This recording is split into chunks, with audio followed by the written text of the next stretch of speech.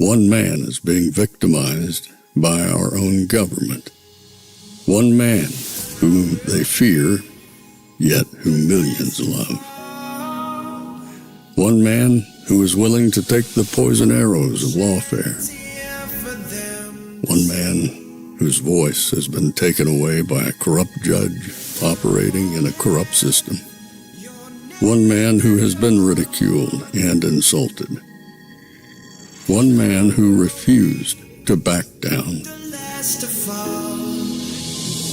One man who refused to back down. One man who refused to back down. One man who stands between us and them. One man that wants to see America protected again. One man who wants to see America prosper again. One man who understands that a man is a man and a woman is a woman. One man who understands and protects the blessing of life. One man who wants to restore American exceptionalism. One man who once again wants to make America that shining city on a hill for all to see. A place where all the people of the world glowingly set their eyes upon. America. One man who unashamedly wants to make America great again. That one man is Donald Trump.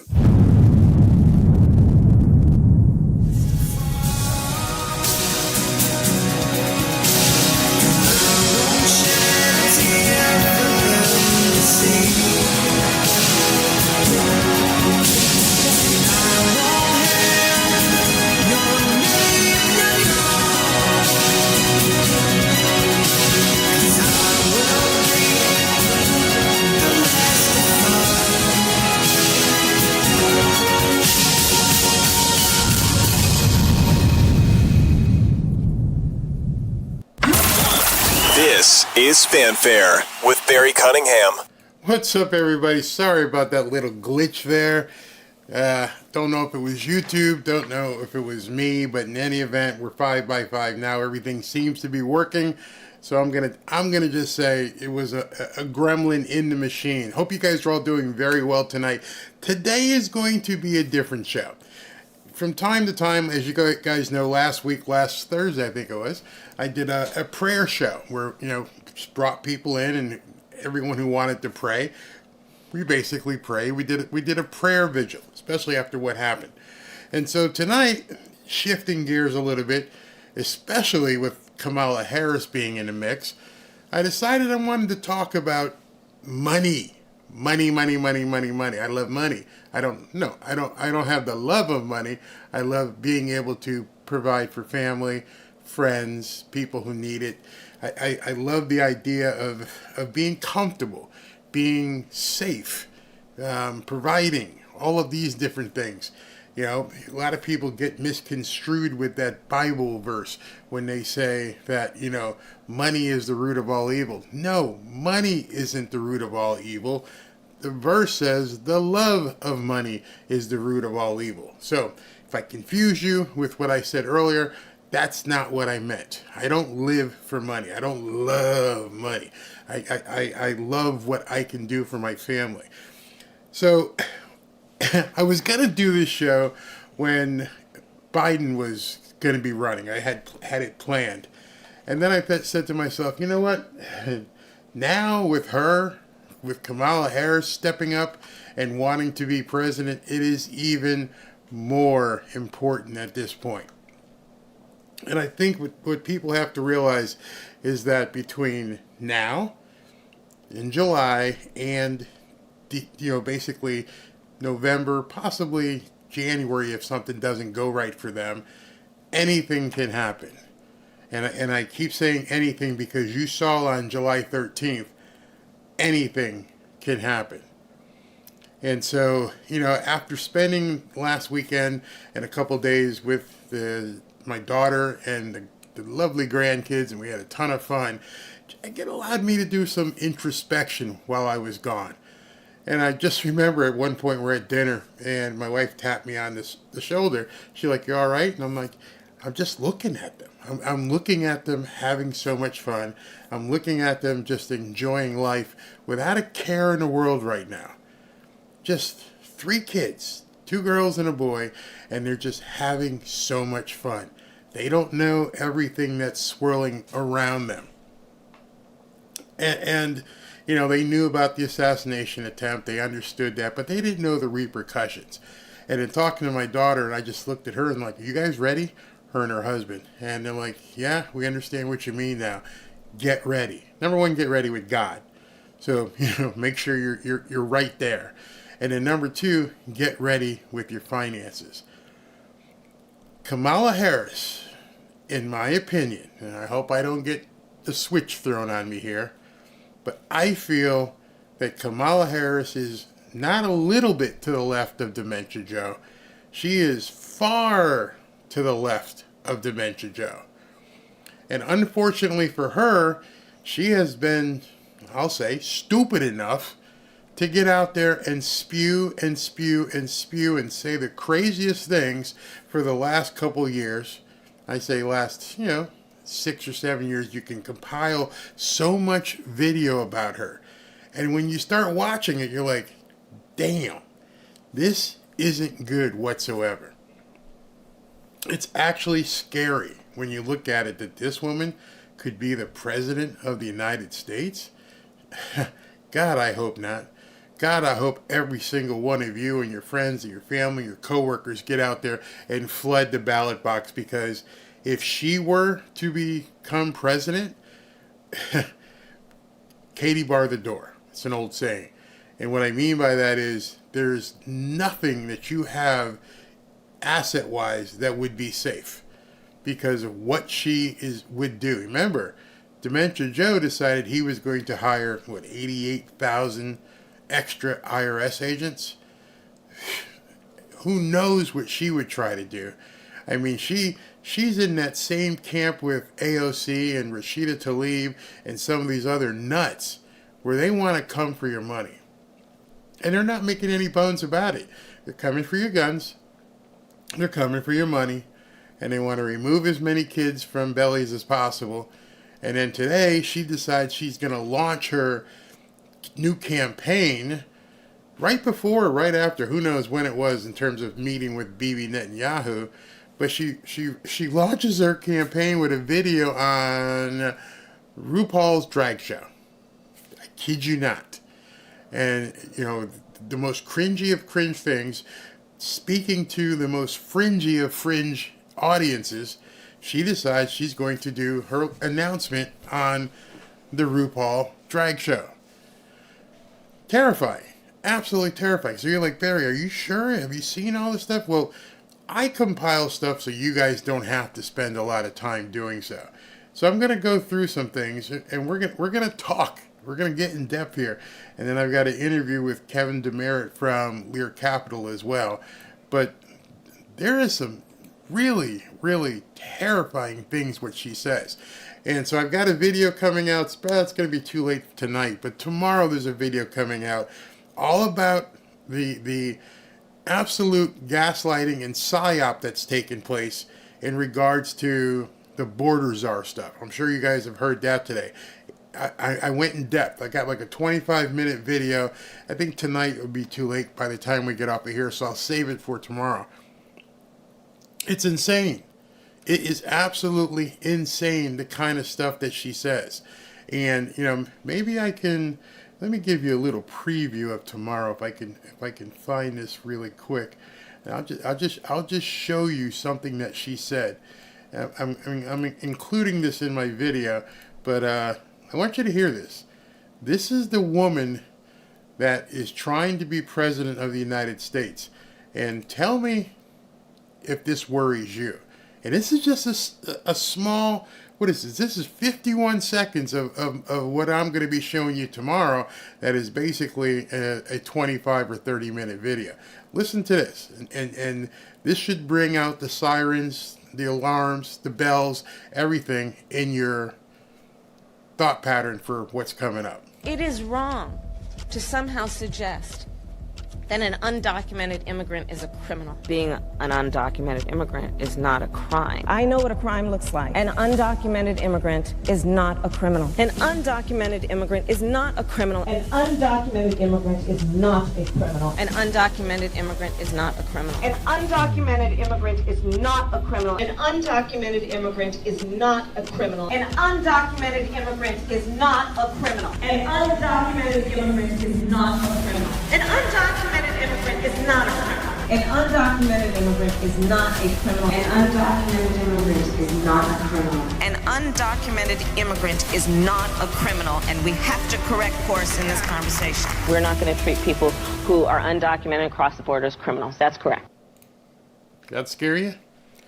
That is just a montage of her letting everybody know these newcomers, I intended for them to be here, and I intend for you to pay for them. We've seen an inkling of that with what's gone on with the debit cards and the free airplanes and the free health care and all the stuff that they're being given. Better than our veterans. Better than some people who actually work for a living. This is where she wants to take this country. She has to be stopped. She has to be voted into oblivion.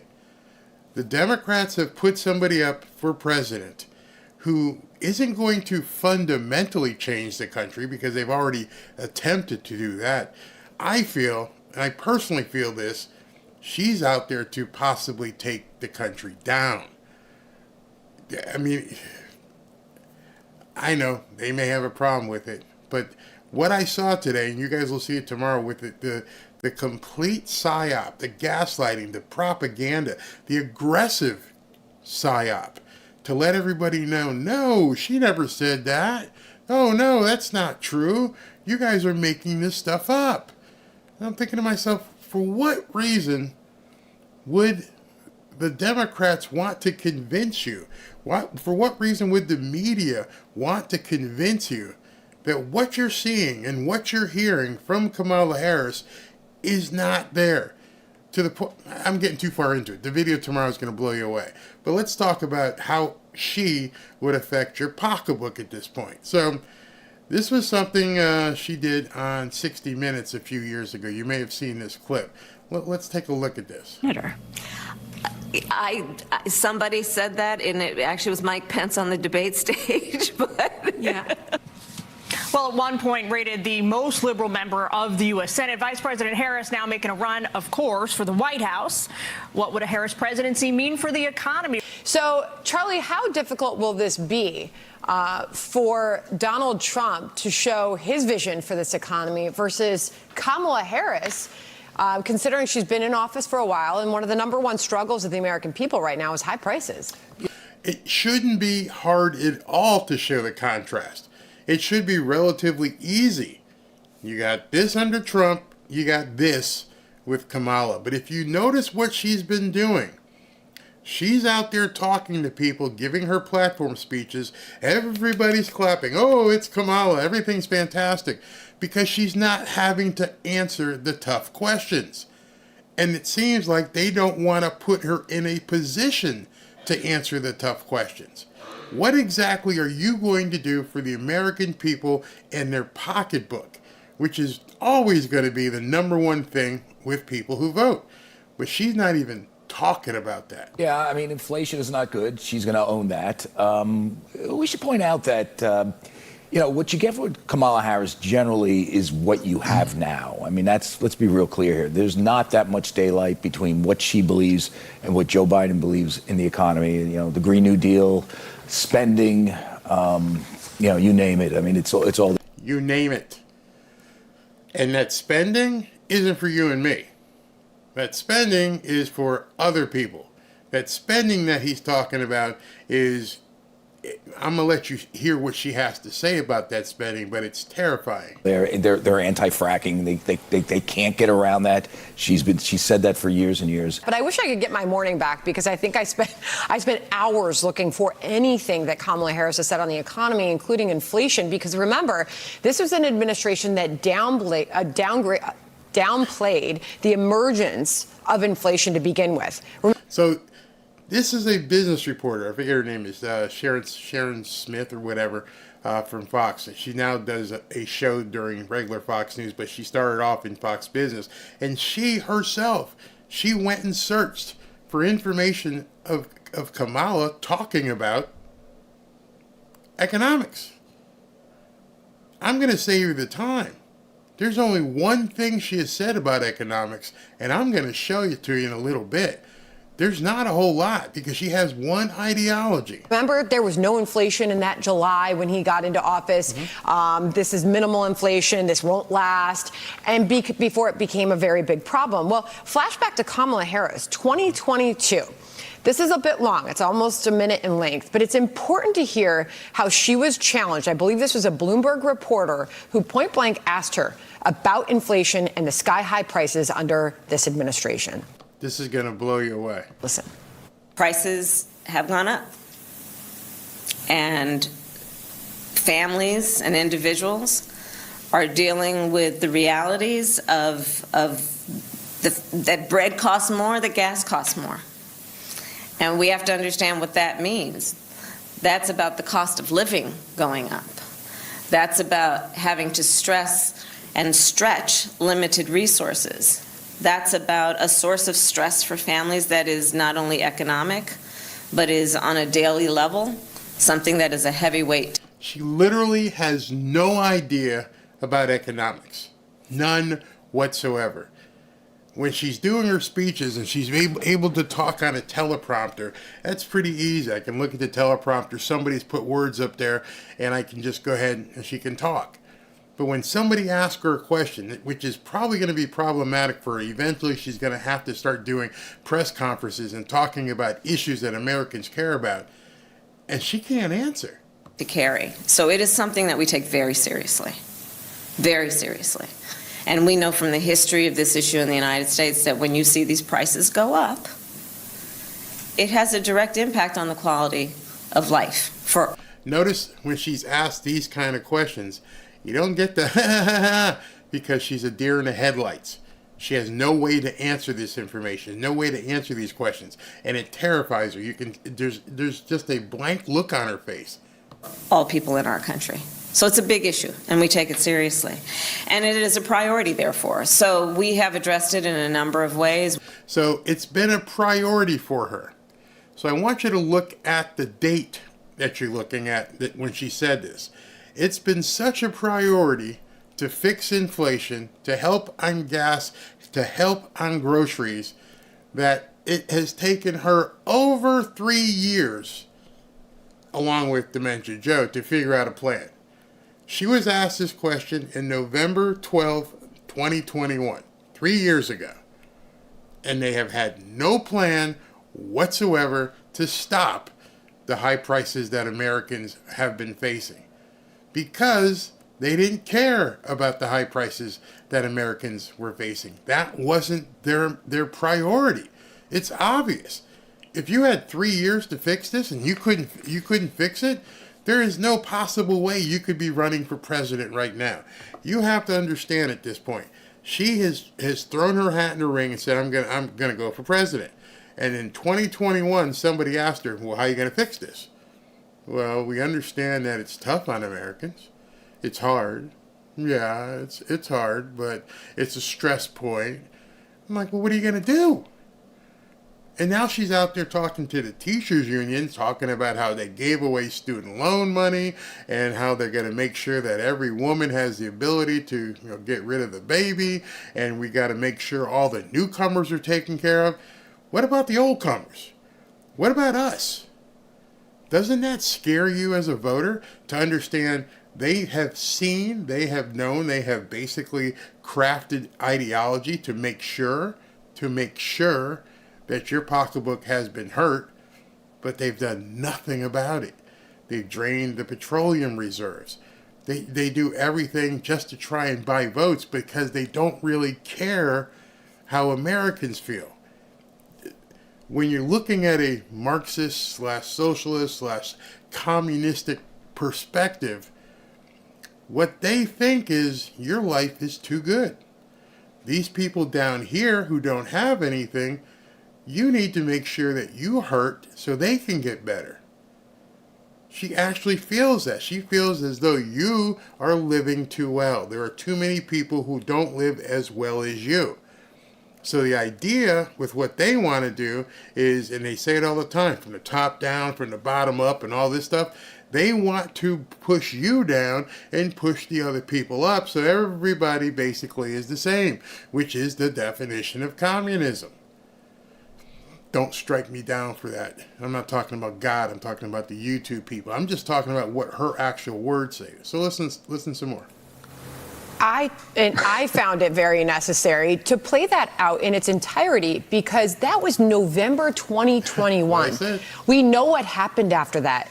It got worse. Inflation went up. Prices went higher. So she was confronted about things being bad. Hey, listen, things aren't going well. What are you going to do about it? Well, we're going to see. And it got worse from there. So they didn't care. Obviously, if you see a wound, you want to put a Band-Aid on it. You want to do some triage. You want to make people feel better. They saw the wound and just basically left it gaping. And she said twice that this is something they took very seriously. So how can she run for president and tout that she's the person to bring those prices down when they've had ample time to do so and whatever they have been doing isn't working? This is exactly the problem. The Biden administration, including Kamala Harris, and I'd say Kamala Harris to the extent, Charlie's right, she's very close to Biden, but she is somewhat to the left. She wants 35% corporate income taxes. She wants Medicare for all. She supports universal basic income. But what the Biden administration didn't understand, and what Harris doesn't understand, is that we get inflation when government spends and prints too much money and then restricts supply chains with taxes and regulatory policies that make it difficult to produce goods. At the same time, they're funneling money into the economy. This is what they continue to do. The policies that she wants to pursue would continue that. But Andy, so I don't see how she can make any kind of credible argument that she's got a plan to reduce inflation. Let's just put it back up for 1 second, because this is the reality of the current situation. That is the reality of what you and I are both living. 47% higher gas, 19% higher consumer prices, retail, 20% higher groceries, 28% higher electricity, 21% higher rent, depending on where you live, 44% higher credit card debt, 44%, and 1.93% less in real average hourly earnings. So basically, you're making less money, but everything else you're having to pay substantially more. Obviously, I'm not telling you anything that you don't already know, what you experience in your daily life. So the question that's remaining is, doesn't she understand that? Doesn't she know that? Of course she does. So how can she have people cheering for her? What kind of sadist, or rather sadomasochistic person do you have to be to understand that, listen, I understand that, I'm paying all this extra money. I understand that I'm stuck paying all this stuff. And I understand that since November of 2021, she was asked about it and has done nothing. But you're going to hold up a Harris whoever sign and say this woman should be president? Why? Because she's black or somewhat black? Because she's a woman? You're ignoring that entire chart? Come on, man. I mean, as Joe would say, come on, man. What kind of lack of intelligence does anyone have to just look at that one chart and go, yeah, I want more of that. Yeah, that's what I want. I don't understand what kind of Svengali the Democrats are, what kind of, Vulcan mind meld that they put on people when they can see these kind of numbers. and say, yeah, that's the woman for us. Yeah, it's perfect. We love it. We love not being able to afford anything. We love not being able to, find groceries. What are we eating? Cheetos and basically bad hot dogs? What are these people doing? How are they living? And then how are they living? Do they not look in the mirror and go, my life has basically sucked for the last 3.5 years, and I want more of this? I can't even fathom how these polls are where they are. I couldn't fathom where they were with Dementia Joe in a race. Nothing makes sense. We talked about it yesterday. You have people out here who are voting against their own personal best interest, who have children and grandchildren, who are looking past them and saying, I don't like Trump, Orange Man bad, and govern me harder. I don't get it. To me, that basically tells me that there is a lack of intelligence and some sort of disconnect mentally with people. They call us a cult, and I'm thinking, hey man, I'm telling you right now, if Trump was president and all those numbers that you saw on that chart was what he was proposing, I'm like, no man, you ain't gonna make it. I can't vote for you, bro.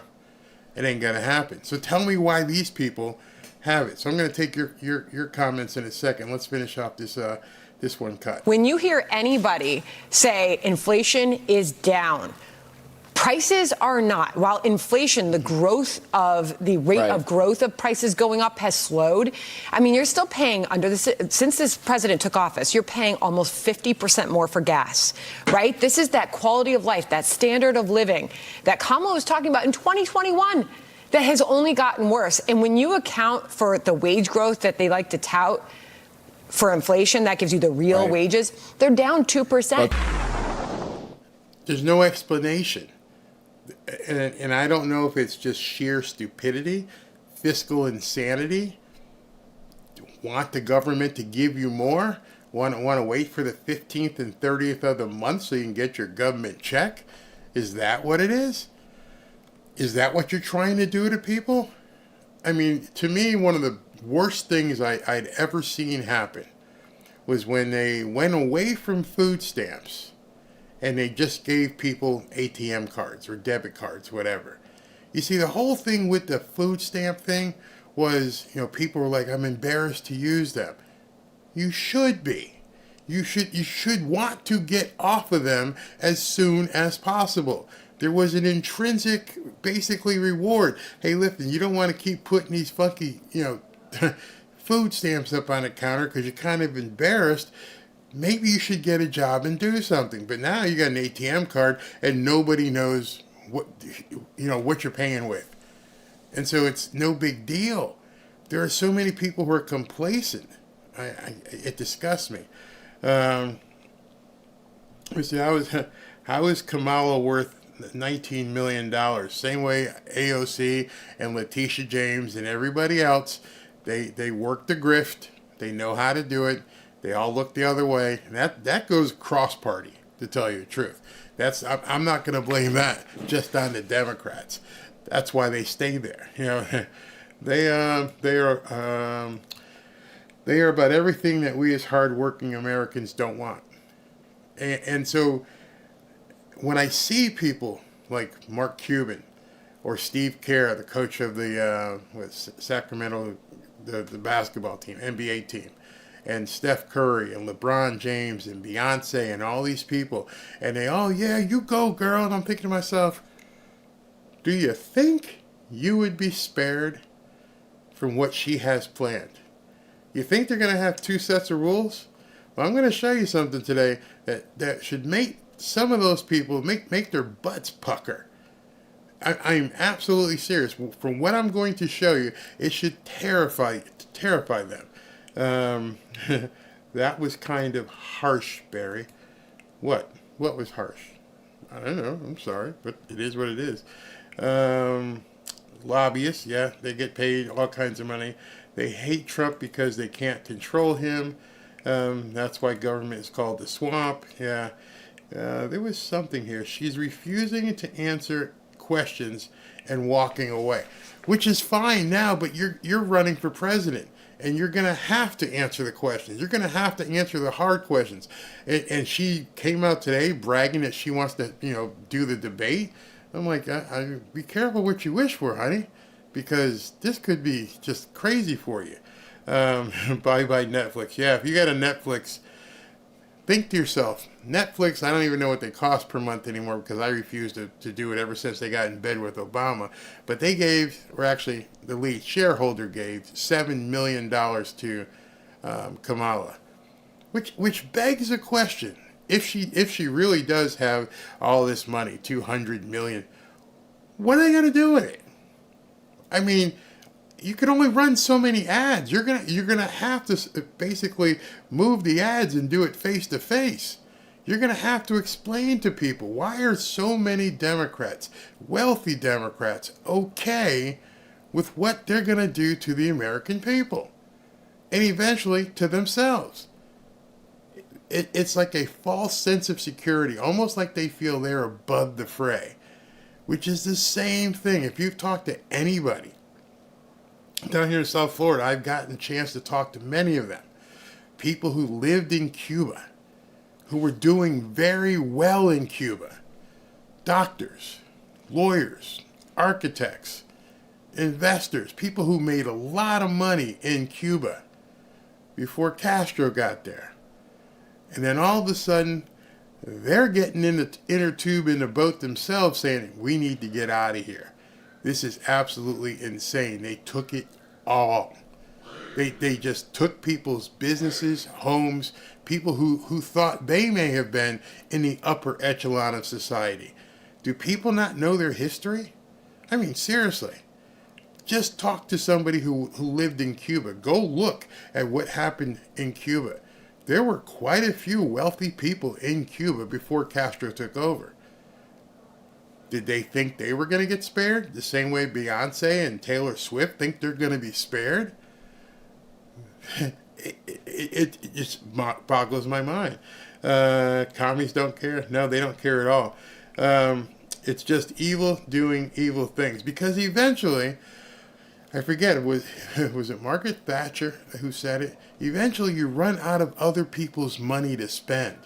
Because one of the things that Kamala won't do, she's not going to rein in spending. Dementia Joe's not going to rein in spending. You're just going to keep raising the debt. We're going to owe trillions and trillions of dollars.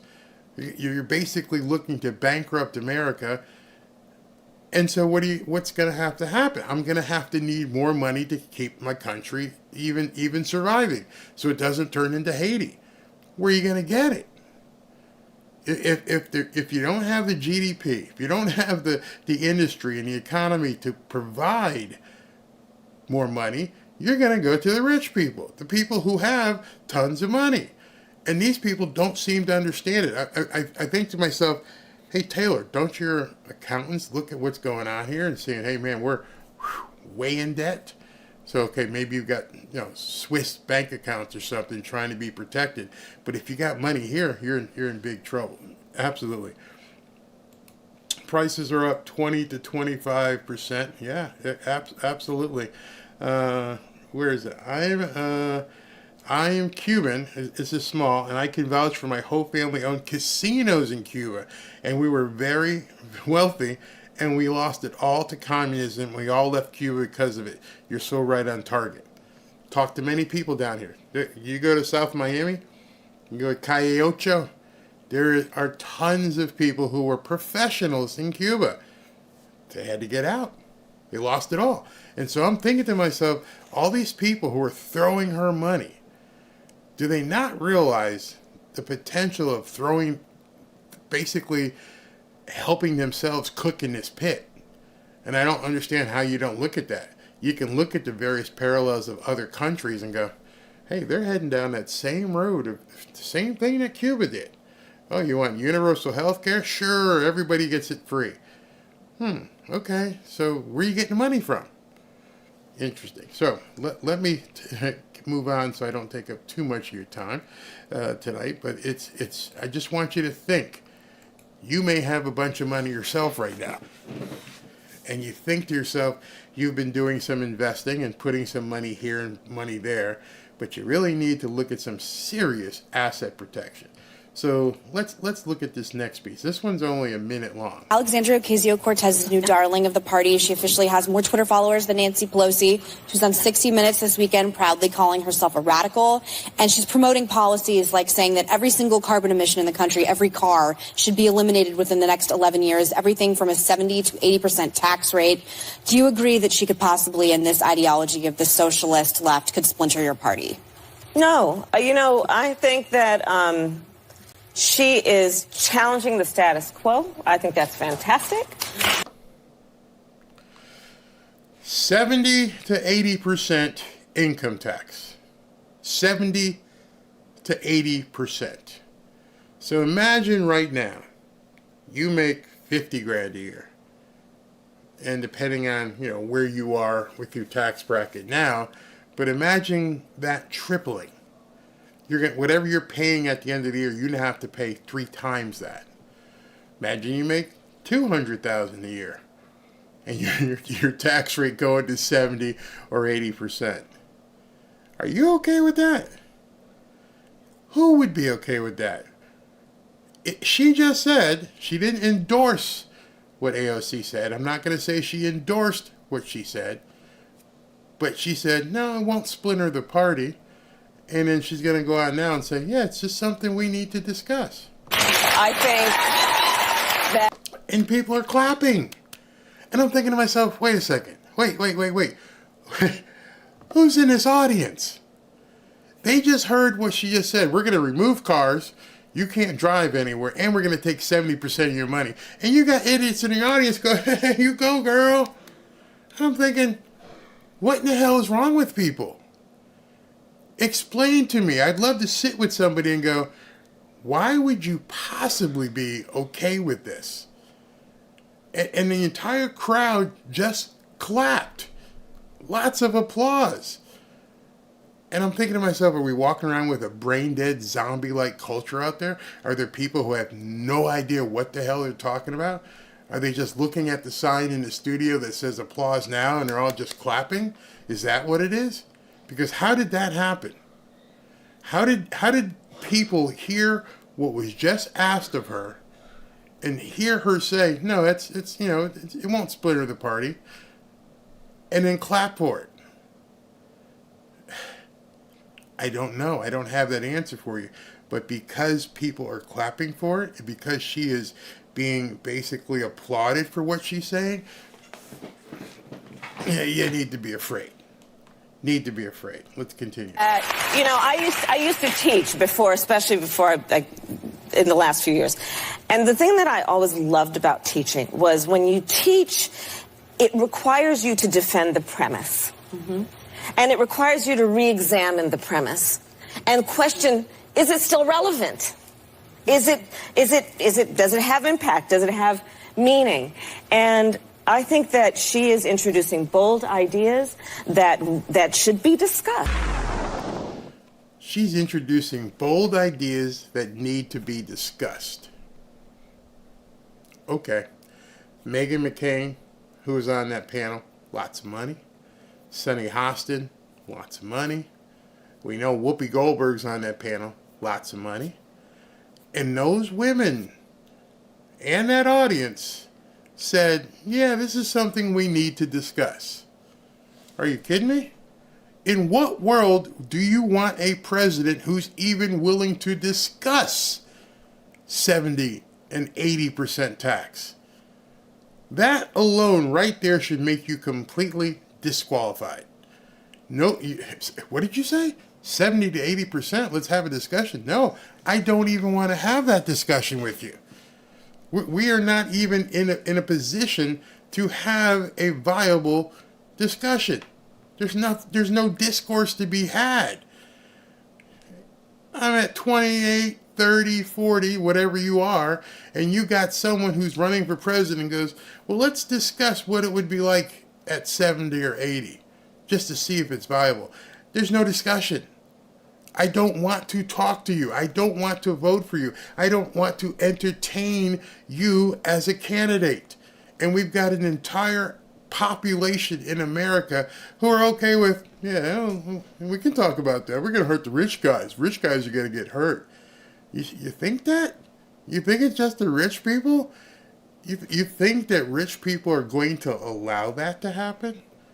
That's where these people are complete morons. The reason they're rich is because they've learned how to keep their money.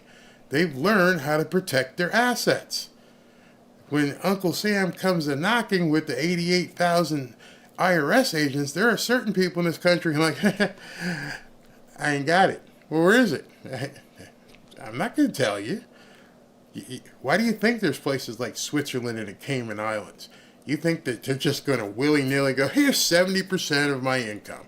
Here's 70% of my assets. You really think people are going to line up and do that? No, they're going to get on the private jet. See ya. Bye. Don't want to be here. But yet you've got idiots clapping for that. Unbelievable. We have lucky to have Trump for us. Kamala opened the borders. Absolutely. I'd starve if it weren't for wild game and a garden, which is they're probably going to try and take that away as well.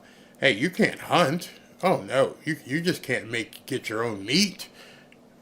Fishing, you can't stick a pole in my ocean. No, you can't even get the gas to go out in the water. Remember, they tried that already. They've already tried. Wait till you hear what she says. I don't know if I got it in this video, where she talks about you shouldn't even should have red meat. No, eat the bugs, live in the pod, and be friggin' happy. And I'm thinking to myself, people don't know that's what their plan is. They have actually said it. Eat the bugs, live in the pod, and be happy. You'll own nothing. And I'm not sure why people don't understand that. Google it. Google own nothing and be happy. And see what comes up. Everyone's talking about Project 2025. How about look at what the WEF has in store for you? How about looking at own nothing and be happy and see what they want to do with you? Yeah, Bill Gates wants lab-grown meat. Yeah, we're going to basically just make some stuff and make you eat it. What do they call it? The impossible burger? Oh, it's impossible. It's impossible for me to eat. I ain't eating that. We need to debate a new RNC convention against Kamala. Kamala thinks she's going to beat Trump. Yeah, she does. She absolutely does believe that. Let's see here. Speak it, Barry.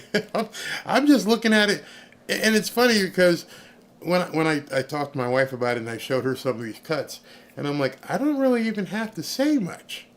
I can fill some time and talk to you guys, but I just want you to hear what this woman has said. So you can tell your friends and family members and coworkers, like, wait, guys, have you heard this shit? Excuse my language.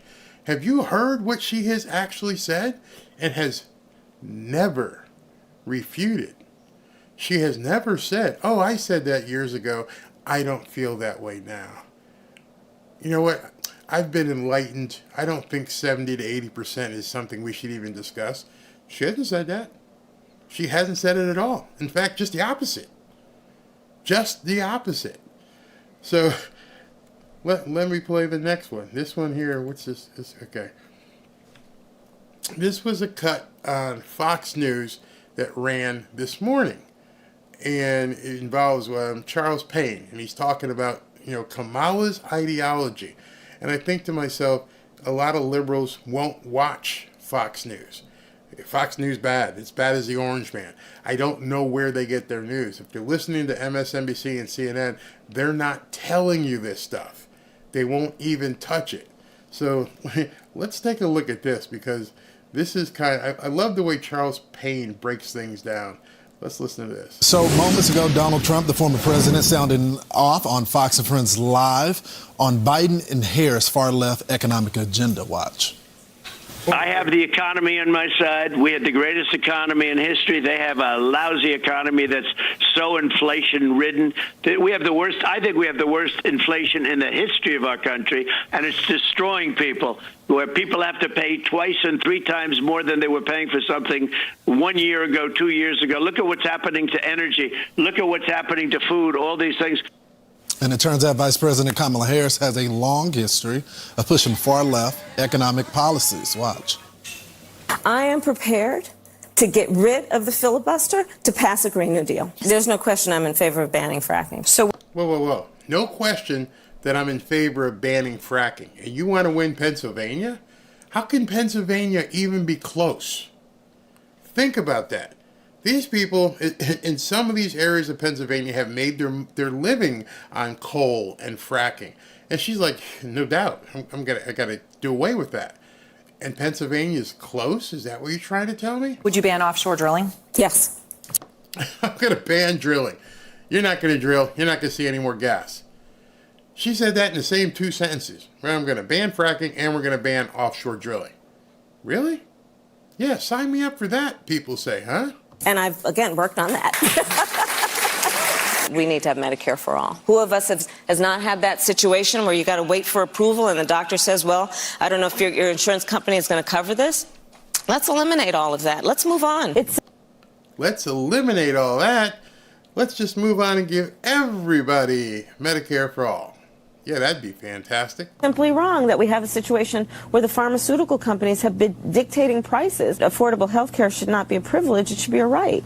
Bring in the money man, Charles Payne, host of Making Money on Fox Business and American Dynasty on Fox Nation, here to help us break it all down. Yeah, and I just want to make sure I say this.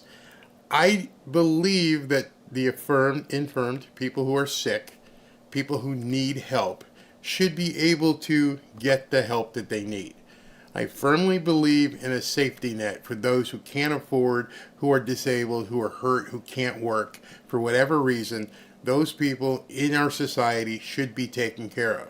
I believe our vets should be taken care of. So I'm not sitting here going, screw you people, you can't afford it, too friggin' bad. No, that's not what I'm saying at all. What I'm saying is she wants to give everything free, but make those who are able to pay for those who don't. I mean, it's just insane.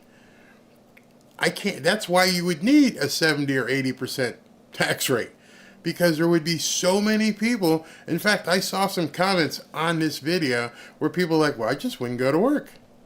Exactly. That's exactly the mentality they're trying to instill. You shouldn't have to feel the need to get ahead. Everybody should be the same. It's vile. So, Charles, they want to make this about something else, but she has an economic agenda that is far left, starting with universal health care. Talk about it. The bottom line is we should not even call this an economic agenda. It is a social justice agenda. This also, you just heard a woman who does not believe in capitalism. It's so crazy because on one hand, you hear President Biden brag about how great America is, how we've done so much better than all the other nations in the world out of the pandemic. It's because of capitalism. It's because of all the things she wants to destroy. Think of the nations out there that have something similar to universal health care. The notion that you don't have to wait for procedures. Is she nuts? Go to the UK. First of all, if you want a really important surgery and you've got the money, you leave the UK and you come to America and get it. I mean, all you're going to do is make it worse for people. Here's the one I really want to talk about, though, Lawrence. Universal basic income. 2 days. Okay, universal basic income. I don't know if he gives you a full definition, but they want, and she wants to pay people a basic income, meaning you don't got to work. Don't worry about working. I'm going to give you a certain amount of money, per week, per month, and you don't even have to work. I'm going to give you your insurance for free. I'm going to give you your bus pass for free. I'm going to give you cable TV for free. I'm going to give you money for free, except it isn't free. Everything you're giving X person, Y person is having to work double to pay for it. And you don't have a big enough pot over here to pay the pot over here, especially since you brought in tens of millions of newcomers. It's simple math. Days ago, a major report was released by the National Bureau of Economic Research. Now, there's about 150 of these programs right now in this country, small programs. The largest one, Sam Altman, the guy behind ChatGPT, he put money into this, his own money, starting in 2016. They've looked at it. People work less hours. People were not productive. They did nothing to go and attain educational achievement. They did not start businesses. You turn people into zombies. Basically, that's what he's saying. There is no incentive to achieve. What's that sound like? It sounds like communism and Marxism. We don't want you to get ahead. You shouldn't feel the need to get ahead. Just get by. Again, you'll own nothing, you'll eat bugs, live in the pod, and you'll be happy. You don't have to go to work 40 hours a week. That's for suckers. You don't have to do that. I'm going to give you a couple $100 a week. But how am I going to live on a couple $100 a week? Because you're not going to own anything. You're not going to want to own anything. You know, this whole thing with this 15-minute city thing, where they want to do away with cars, where everything that you need is within 15 minutes, you walk to it, and hopefully when you get to whatever store you're going to get to, that's probably going to be owned by the government, you get to spend what they allow you to spend if they put central, digital currency in. It is nefarious what they have planned. All you did was make people more comfortable with being in mediocrity. So, Charles, tell me about this financial transaction tax. What does that mean? It means every time we make a financial transaction, let's say if you make a move in the stock market, they want a piece of it. You remember already when Biden did the whole thing with $600 with Venmo. I mean, imagine you're a small business and you're filling out these forms because you did a $600 transaction. They want a piece of everything. They would like to break down and go after every single nook and cranny that they can because this is expensive. Universal basic income alone, according... Exactly. So you have to understand what he just said. The reason why they wanted to have all these taxes and tariffs and all this other stuff is because there's no possible way you can afford to pay for the other stuff if we don't take it from somebody else. Now, I understand there are people in our society who are never going to make enough to basically buy a new Jaguar. I understand that. But they should be able to live on their own, be financially secure, where they don't have to, work 70, 80, 90 hours a week, although I work 80 plus hours a week because I want to provide for my family even more. If I want a boat, if I want this, if I want that, we want to go to Europe, whatever we want to do, I know, hey, listen, you are responsible for your own income. They don't want you to even have that kind of aspiration. To the Harris plan that she would like to put in, $3 trillion over 10 years. You got to find that money somewhere. So, Charles, they're still backing this student debt relief, but then you go down here to this reparations committee. How are they going to pay for this, and who gets the reparations? I'm sorry, white people. I've never baled any hay in my life. I ain't never, been stuck or whooped. But you're gonna have to pay me if it's with Kamala. You're gonna have to pay the black people, the poor black people. You're gonna have to pay us some reparations. Oh my God! Even discussing that is worse than the 70 to 80% stuff she's talking about. Can you imagine having to pay reparations for people, for slaves, when they were never slaves, and we haven't had a slave in hundreds of years? But they want to say that, the black people were used, and the black people, off the backs of black people, these cities were made. So we're going to have to pay all these black people back. Sounds good. Where's the money coming from? White people. The successful people, we're going to make y'all pay the black people. I'm embarrassed for black people who spout that stuff. I've told my wife, it embarrasses me when people talk about that. Well, I was going to say, I'm not sure Kamala Harris will qualify for it. Here's the thing. It's all about grievance, Lawrence. It's not economics. It's all about rewriting the wrongs of yesterday. They're fighting a war on America's history, on the past, instead of realizing how far we've come as a nation, a young startup nation, to dominate the world. They want to destroy what we've achieved here. This is all anti-capitalism, all grievance, all social justice, zero to do with real economic or personal growth. People don't grow from any of this stuff. Yep. And of course, a ban on fracking and gas. President Biden last night bragged about oil production. Here's the bottom line. New Mexico came online in the last couple of years. The fracking miracle. We are destroying it right now. It doesn't make sense. It's economic suicide. The former president calls it liquid gold. Economic suicide. This is the woman who the Democrats are posting up as a potential candidate to be president. And I just wonder, do people even know what they're talking about when they go to her rallies or hear her speak and they're clapping and they're so happy? It's insane. Exactly. Harris better open her wallet because her family were big slaves. Kamala, the chameleon, changes to adapt what works at that time. You automatically get a dumbass stamp when you agree with reparations. You have to. I mean, basically, reparations in my mind is nothing but theft. I wasn't wronged. No one in my family was wronged. My sisters, my brothers, nobody was wronged. Not a single one of us. You know why? Because none of us were slaves. My mom wasn't a slave. My dad wasn't a slave. My grandfather wasn't a slave. So you're going to go back to the 1800s and say, hey, somebody in your lineage was a slave. And because somebody in your lineage was a slave, we're going to make sure we pay you. You know, if you really wanted to do something like reparations, do like what they did with the Native Americans. Let me have a casino. You won't have to pay me nothing. You won't have to give me no money. Just give me a license for a casino. Can we call it even at that point? Let me have a blackjack room. Let me have a poker room. That's all I need. It won't cost you a dime, Kamala. Just give me a license that says I can open a casino. Pretend I'm like Chief Big Bucks and say, hey, listen, I understand what the Americans did to the Native Americans, because I can't even say the other word. But here's what we're going to do. We're going to give you a casino license as well. I'm good.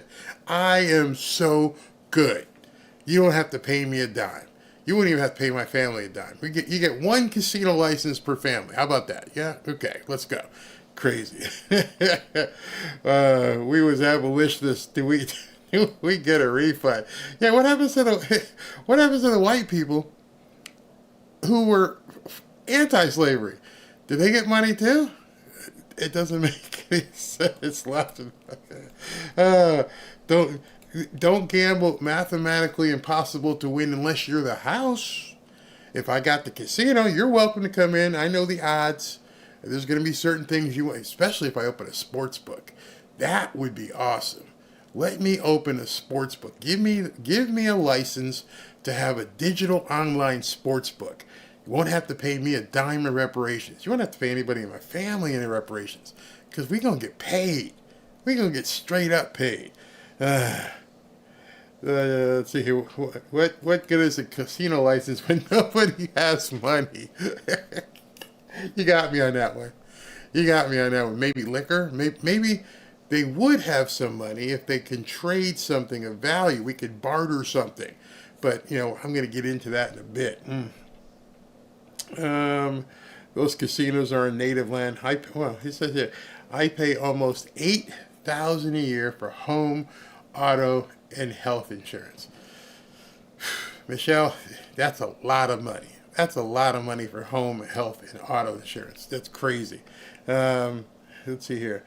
I'm already a slave to the... Where was it? Every color was a slave at some time in history. True that. True. There's nothing wrong with that. What about roughly 10,000 black Confederate soldiers who fought and killed Union soldiers? There's a good one for you. I don't think they've put that qualification in yet. That, those people who fought for slavery. The blacks who fought for slavery. Yeah. We got way too many casinos up in New Hampshire. There's one you have up there. Hampton Beach, I think it's called. I used to like that.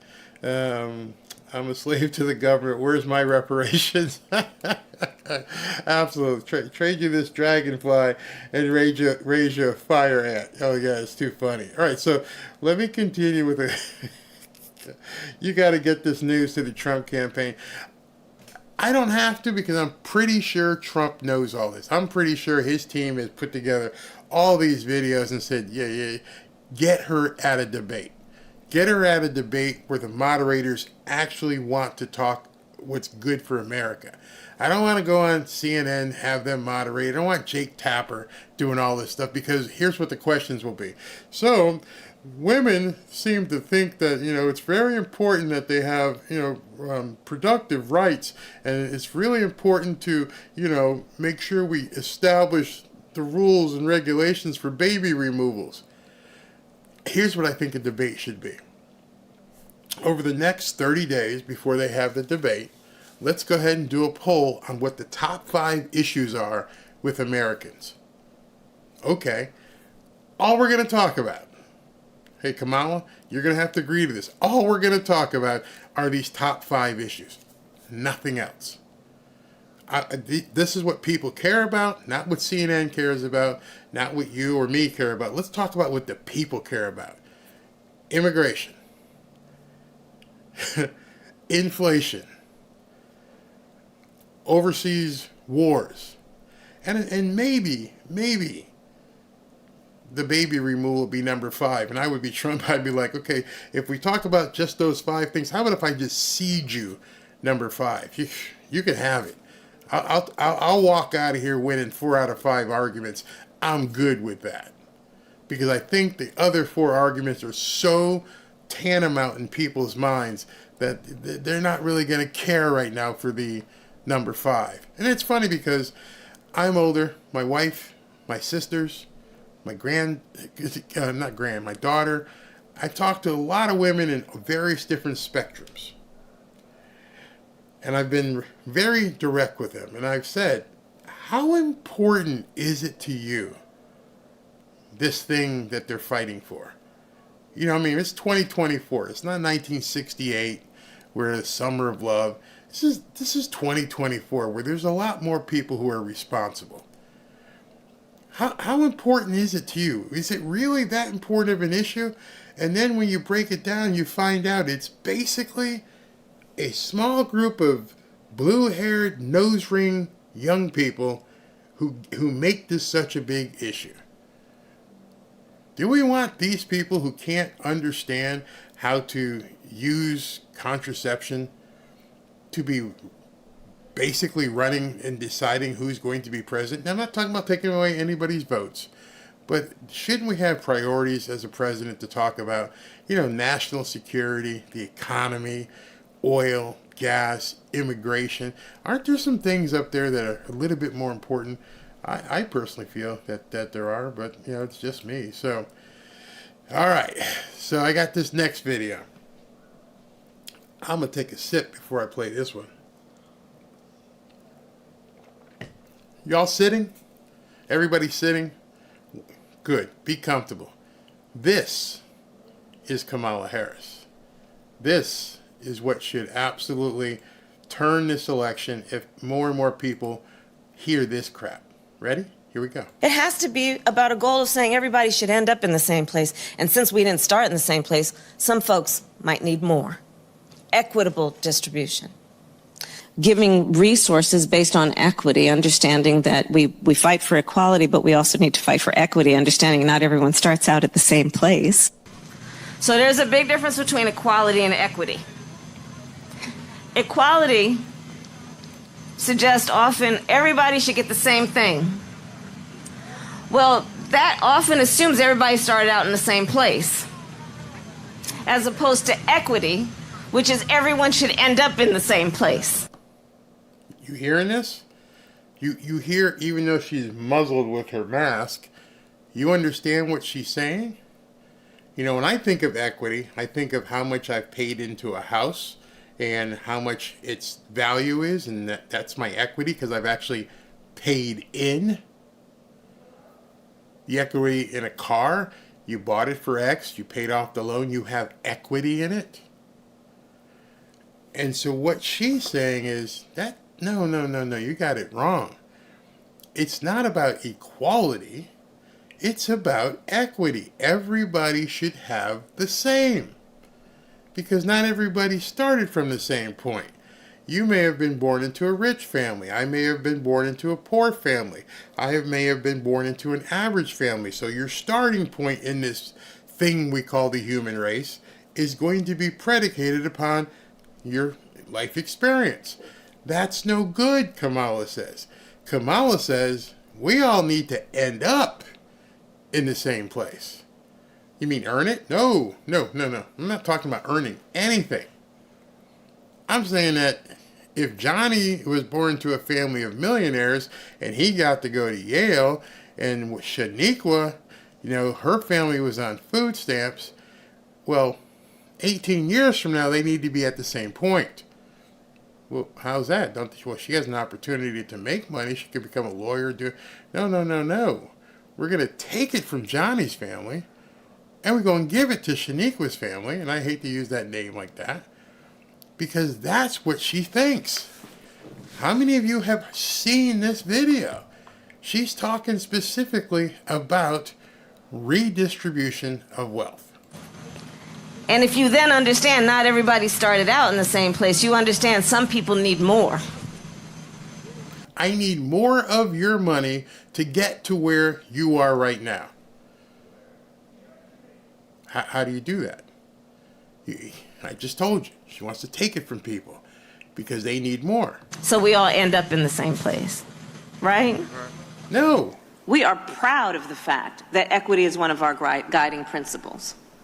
Proud of the fact that we understand equality is important, but not everybody starts out on the same base. We see that people in our country are having an experience that is not equal. So when we talk about the work we are doing here together, it is recognizing that and being guided by this principle of what we must do in the spirit and in the interest of equity. Can you believe this? Seriously, can you fathom that she's saying these things and this woman wants to be president? You should have chills going up your spine right now, and you should be thinking about your spouse and your kids and your grandkids and how you want to bequeath them and make sure they're taken care of, and they can have the house, they can have the car, and they can have the gold, and they can have the real estate. And she's like, no, you're missing it. We all need to have that. We all need to split up what you have so that they all can have it. This insane woman wants to be president of the United States, and not enough people are seeing this. Not enough people are really understanding what this woman is all about. And again, she hasn't refuted any of it. She's proud of it. Absolutely proud of it. To put equity firmly at the center of our economic policy. But the center of the economic policy she wants to put forth is to make sure we all are equitable. Not equal, equitable. I want some of yours.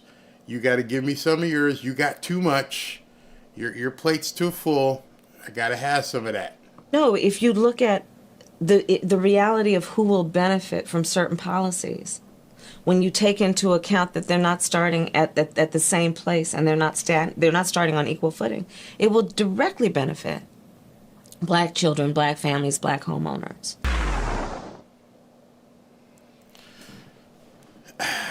Again, I'm embarrassed, absolutely embarrassed, that a woman who calls herself black, sort of black, thinks that black people can't get ahead because they weren't born at the same spot that, say, Donald Trump was born in. They didn't have Donald Trump's dad. They weren't able to develop a skyscraper in Manhattan. So it's not fair that he has built skyscrapers and that Barron at this point is in line to inherit all of this money, and Don Jr. and all of them together, they're going to make a whole bunch of money when Dad passes along. And, he's probably got a sizable insurance policy. That's not fair. Joe over here has been sweeping floors, and you're about to get paid an inheritance. We got to change that. And I'm using an extreme of a rich man like Donald Trump, but she's also talking about you. Each and every one of you right now knows where you stand financially. And I venture to say you have assets of some degree that are more than somebody else. However you think you're struggling right now, there is somebody doing worse off than you. Think of it that way. There's somebody somewhere who doesn't have what you have. And you're thinking to yourself, wow, I don't have that much. She wants to take yours too. You gotta it's all gotta be level. You can't have more than Shirley. Everybody has to have the same amount of money. That's nuts, man. Yeah, will Kamala abide by her own rules? They never do. See, that's it.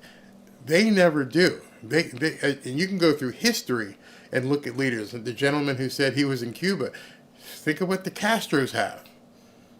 They don't have a problem. Hey, man, I'm eating well. We see what Zelensky's doing over there, and he's buying yachts and everything else. The people at the top stay at the top. The people at the bottom get raised up a little bit because they're going to basically step on other people. She's not black at all. We blacks either good sense will not be voting for this evil witch. I sure hope so. I'm going to do a video probably tomorrow afternoon on how bad she's doing with black people, but they are covering it up. Everything you see right now is complete theatrics. None of it, and I really do mean none of what we're seeing is true.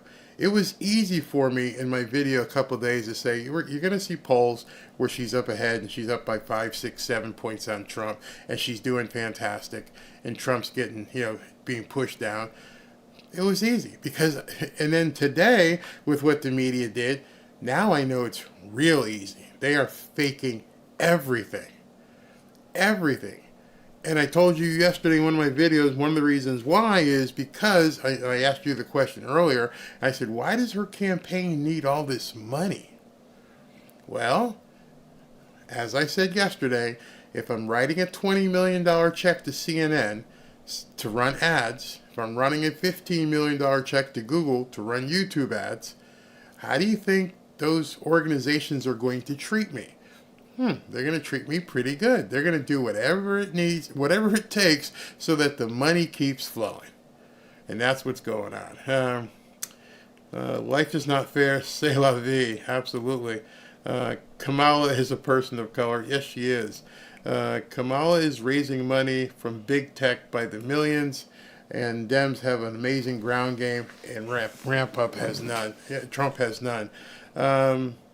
Thank you, Larry, for that $2.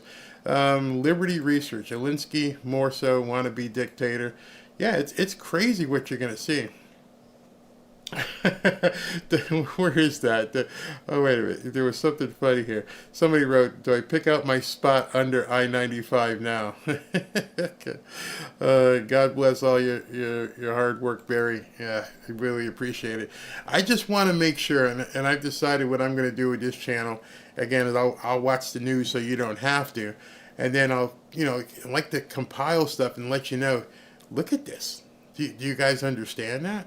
So the picture I had put up this morning, or even when I had to switch over, was this. This was the picture I put up. And it was capitalism, and I put a picture of Trump and Elon Musk. And I thought that was quite important. You see, there was a rumor, and both men confirmed it was a rumor. They're not going to tell you, but where it said that Elon Musk was going to basically put in or donate $45 million a month into Trump's PAC or super PAC or whatever. And they both came out and said, no, that's not true. Again, fake news. They just make stuff up. They make it up and just put it out there. And they don't care. But I want you to pay attention to some of the stuff that Elon Musk is saying. Why did this multi-billionaire decide to get behind Trump? And the obvious reason is you just saw. That's the most obvious reason. The stuff I've shown you about Kamala, which is basically Joe times 2, explains why there's so many billionaires and people with money who are getting behind Trump.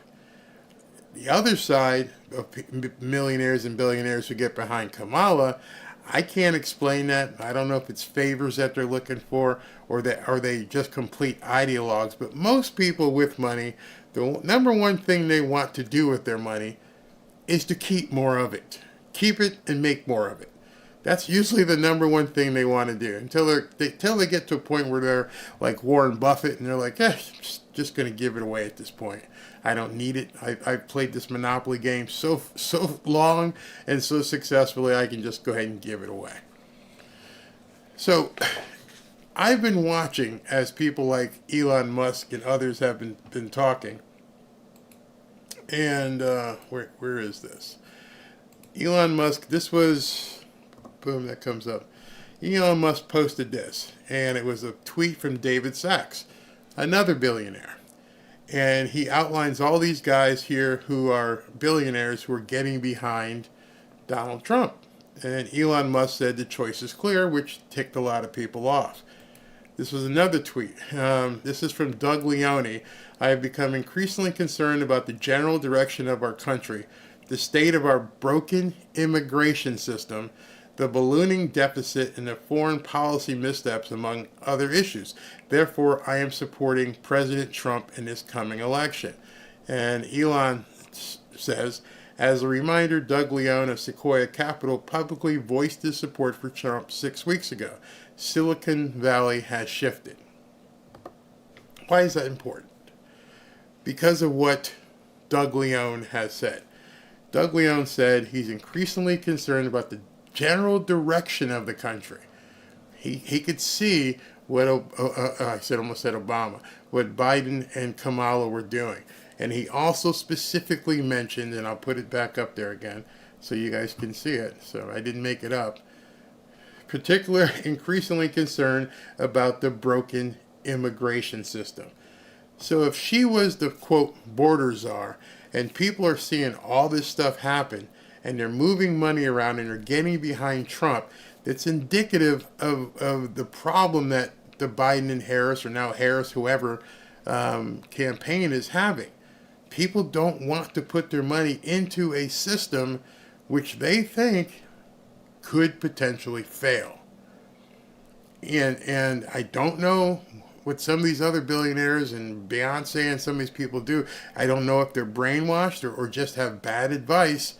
But if you look at the signals and you can see the debt clock and see all this, at some point, you have to be astute enough to realize it ain't gonna last. It will never last. And so again, I love this one. This is a little bit different. It said, shouldn't the nominee be decided by a party vote, democracy, etc.? If the DNC can replace Biden against voter wishes, then they were never about democracy. There's another thing using that same guy's meme where it says, the people who are telling you today that Kamala is the greatest thing were also the very same people who 2 weeks ago were telling you that Dementia Joe was sharp as a tack. Think about that. The people who talked about threat to democracy are threatening democracy. The people who lied about Dementia Joe are lying to you about Kamala Harris. You, as a investor, as a person with whatever assets you have to be prepared to understand there are some things shifting at this point, and you better be ready and be on the right side of things because it could get ugly really quick. Here's something that Elon put out there. He goes, where are we with the dollar value destruction, you might ask? Okay, dollar value destruction or de-dollarization, which we're going to talk about when we talk to Kevin DeMeritt from Lear Capital. Dollar destruction means a number of things have happened. So back when a dollar actually was collateralized by something, and then we were on the gold standard. Then we went off the gold standard. You are here. You are between coming off the gold standard and going to a global currency. Here he shows the Reserve Bank of Zimbabwe. That's where Kamala wants to take you, to a global currency. And then there's only one stage after that. And he's got a cartridge from a gun. Because once you go into that global currency, we end up going into a Mad Max type world. At that point, you better be ready to protect yourself. Because when it completely breaks down, what are you going to do? Again, I'll keep with the theme of asking questions. What do Kamala voters even know about this? Do they know about the gold standard? Do they know about a global currency? Do they know what happens when currencies break down? When you can't trade, when there's nothing for you out there? Follow some rich people and say, what are they doing with their money? Because I'm telling you, it's going to get very scary. Which brings me to this tweet. America is going bankrupt. This is from Shibatoshi Nakamoto, which you guys may not know, is a guy who basically, you see the picture there, was involved in crypto. Interest payments. Let me just make sure you guys can see this. Okay. Interest payments, just the interest on U.S. national debt will shatter $1.1 trillion this year. Just the interest. Eating 76% of all income taxes collected. Just the interest on the national debt at this point is going to eat up and consume 76% of all income taxes in the country. Only 24% of the income generated from tax collection is going to be able to be used for other aspects of the government. That, you don't need to have a long range, sight to see that. That's a stat that you can look at and go, well, if they're using all the money for debt, where are they going to get money to run the country? She don't answer that, but you know what's coming because she said it. She said, we need to have the discussion about 70 to 80% tax rate. Why? Because we'll never be able to pay the debt if I don't find a way to raise more money. How do you raise more money? Tax you. Take more from the people who are actually earning money to pay for the mistakes the government has made all along. You scared yet? You understand why this is just a time in our history where we really, really, really need to look at things and educate people and let them know you need to start making moves, because you can't make your move. There's no way you can make a move come October, November, and December. At that point, it'll be too late. So you got to start planning absolutely right now. Let me look at this one here. Okay, so when she talks about basically there are no such thing as any undocumented person being illegal, well, they just got dealt a big blow. And that big blow, Elon Musk again tweeted. And that big blow is that Arizona's voter citizenship requirement was upheld. Why is that important, Barry? Because whatever you believe happened in 2020 is probably going to happen in 2024. And one of those states right now is Arizona. And everybody's talking about that being a swing state and what may happen in Arizona. But nobody is talking about that law. Not law, that decision. This decision happened on July 18th, and I've yet to hear much on the left even talk about it. I keep seeing polls saying, here's where we are with Arizona, and it might be close. And then you look at this and go, No, it won't be close. You have to bring an ID, basically. It says here, voter citizenship required. You have to show that you're an American. You have to prove that you're an American. They're not talking about that. So what are they going to do to try and subvert that? Because they have to.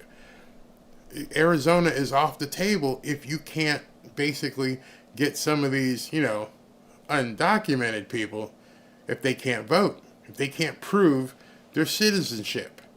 So today I had heard, I know people had said something about Pete Buttigieg, but I also heard that the senator from Arizona was somebody that they were talking about bringing on as potentially her vice president. She's making moves. You got to be making moves. This one here. Trump is flipping every moderate I know and many lifelong Democrats by speaking to all Americans in a way that the Democrats have forgotten how to do. And what he means by that is exactly what I'm saying to you here tonight. When Trump spoke to the black community in 2020 or whichever year, and he said, very simply, what do you have to lose? And back then, people weren't ready for it. I'm like, what do you mean? Now they are. We've seen it. We understand what we have to lose. So I don't understand when I see people clapping, black people clapping for Kamala. You haven't learned. You don't understand yet what the difference is and how you have so much to lose, because if you have spoken to anybody, like I said earlier, who went through the Cuban boat lift and everything people with money had to do, there'd be no way you would even be considering Kamala Harris. Go back to what she said. It's a discussion we need to have to see if we're going to pay 70 to 80% taxes. Her ideology, I just played over and over and over, where she kept saying, equity. You start in a different spot. We got to pull you back so everybody can end at the same place, which is impossible. We all don't get the same quality casket. So there's no way you can all end up in the same place. Some people are going to be in a different kind of cemetery. And she's saying, no. Everybody should be in the same place. That is impossible. It is economically, financially not possible. And she's selling BS to people, and they're not understanding there's no possible way, none, that can actually happen. We would be at the bullet stage of Elon's tweet. If you start taking stuff from people and redistributing it to people who don't have it, what's going to happen when those people get stuff taken from them? Oh, you haven't thought about that, have you? Let's say you take money from Elon and you give it to, 1,000 people in the hood. Yeah, that makes a lot of sense. Well, what happens when more newcomers come across the border and they're like, hey, Leroy over here has got a new car. Oh, you're right. We're going to need to take it from you because it's just moving different chips around on the board. People who think they're going to do better because you're going to take it from the rich, eventually they're going to take it from you because they have to. I don't know how people don't understand that. There is always going to be somebody in a worse off position than you are. So no matter what you do, if there were reparations and you got some reparations, you see the caravan coming from Mexico? You're going to pay for them because you need to be at the same place. And I don't think enough people who like the idea of socialism understand the idea of socialism. You're not going to ever be in a position of comfort. There is always going to be somebody else that they have to take from you and put it here. What happens when that lady who, down the street has 4 more kids? Hey, you're going to have to reach in your pocket and dig. Never mind, we're going to take it from you because we're going to be on central digital currency. We don't need to ask you. We're just going to allocate your money over here. Wake up one morning and you think you got $10,000 in the bank and you got $3,500. Like, where'd that money go? And it's just a government redistribution. line item, gone. Think it can't happen? Again, I'm down here in South Florida. I've talked to people from Cuba. It's a very, very scary thing. Yeah, it sounds a lot like Cuba. Don't see Dem elites redistributing their wealth. I don't think they understand what's coming if she gets her way. She has stated it. It's not like she's hiding it. It's not like she's saying, ooh, I got this plan, and they don't even know what I'm going to do. No, I'm telling you. We all need to end up in the same place. That's what and she's got speech after speech after speech after speech. And she has told people, this is what I'm going to do. So, understand it. There's a new caravan coming up. Yep, there is absolutely a new caravan coming up. Barry, I can't stop wondering if we will ever get out of this economic mess, regardless of if Trump, who wins. I'm all in for Trump for the third time, but what in the heck can be done to pull us out? Well, it's if you listen to what he says, the best way for a country to become in a better position is for people to be able to have opportunity, not doling out money to you, opportunity.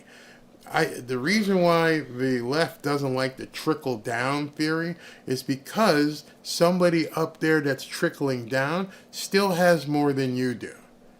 Still has more. They're the ones trickling down. But see, if you look at it from a sports analogy, this is a perfect analogy as far as I'm concerned. There's the guy who owns the team. And as Shaq has said, he's wealthy. The players are rich. The owner, he's wealthy. All right, so you got an owner of the team who has everybody from players to medical assistants to vendors to security. All these people have jobs because this man owns the team.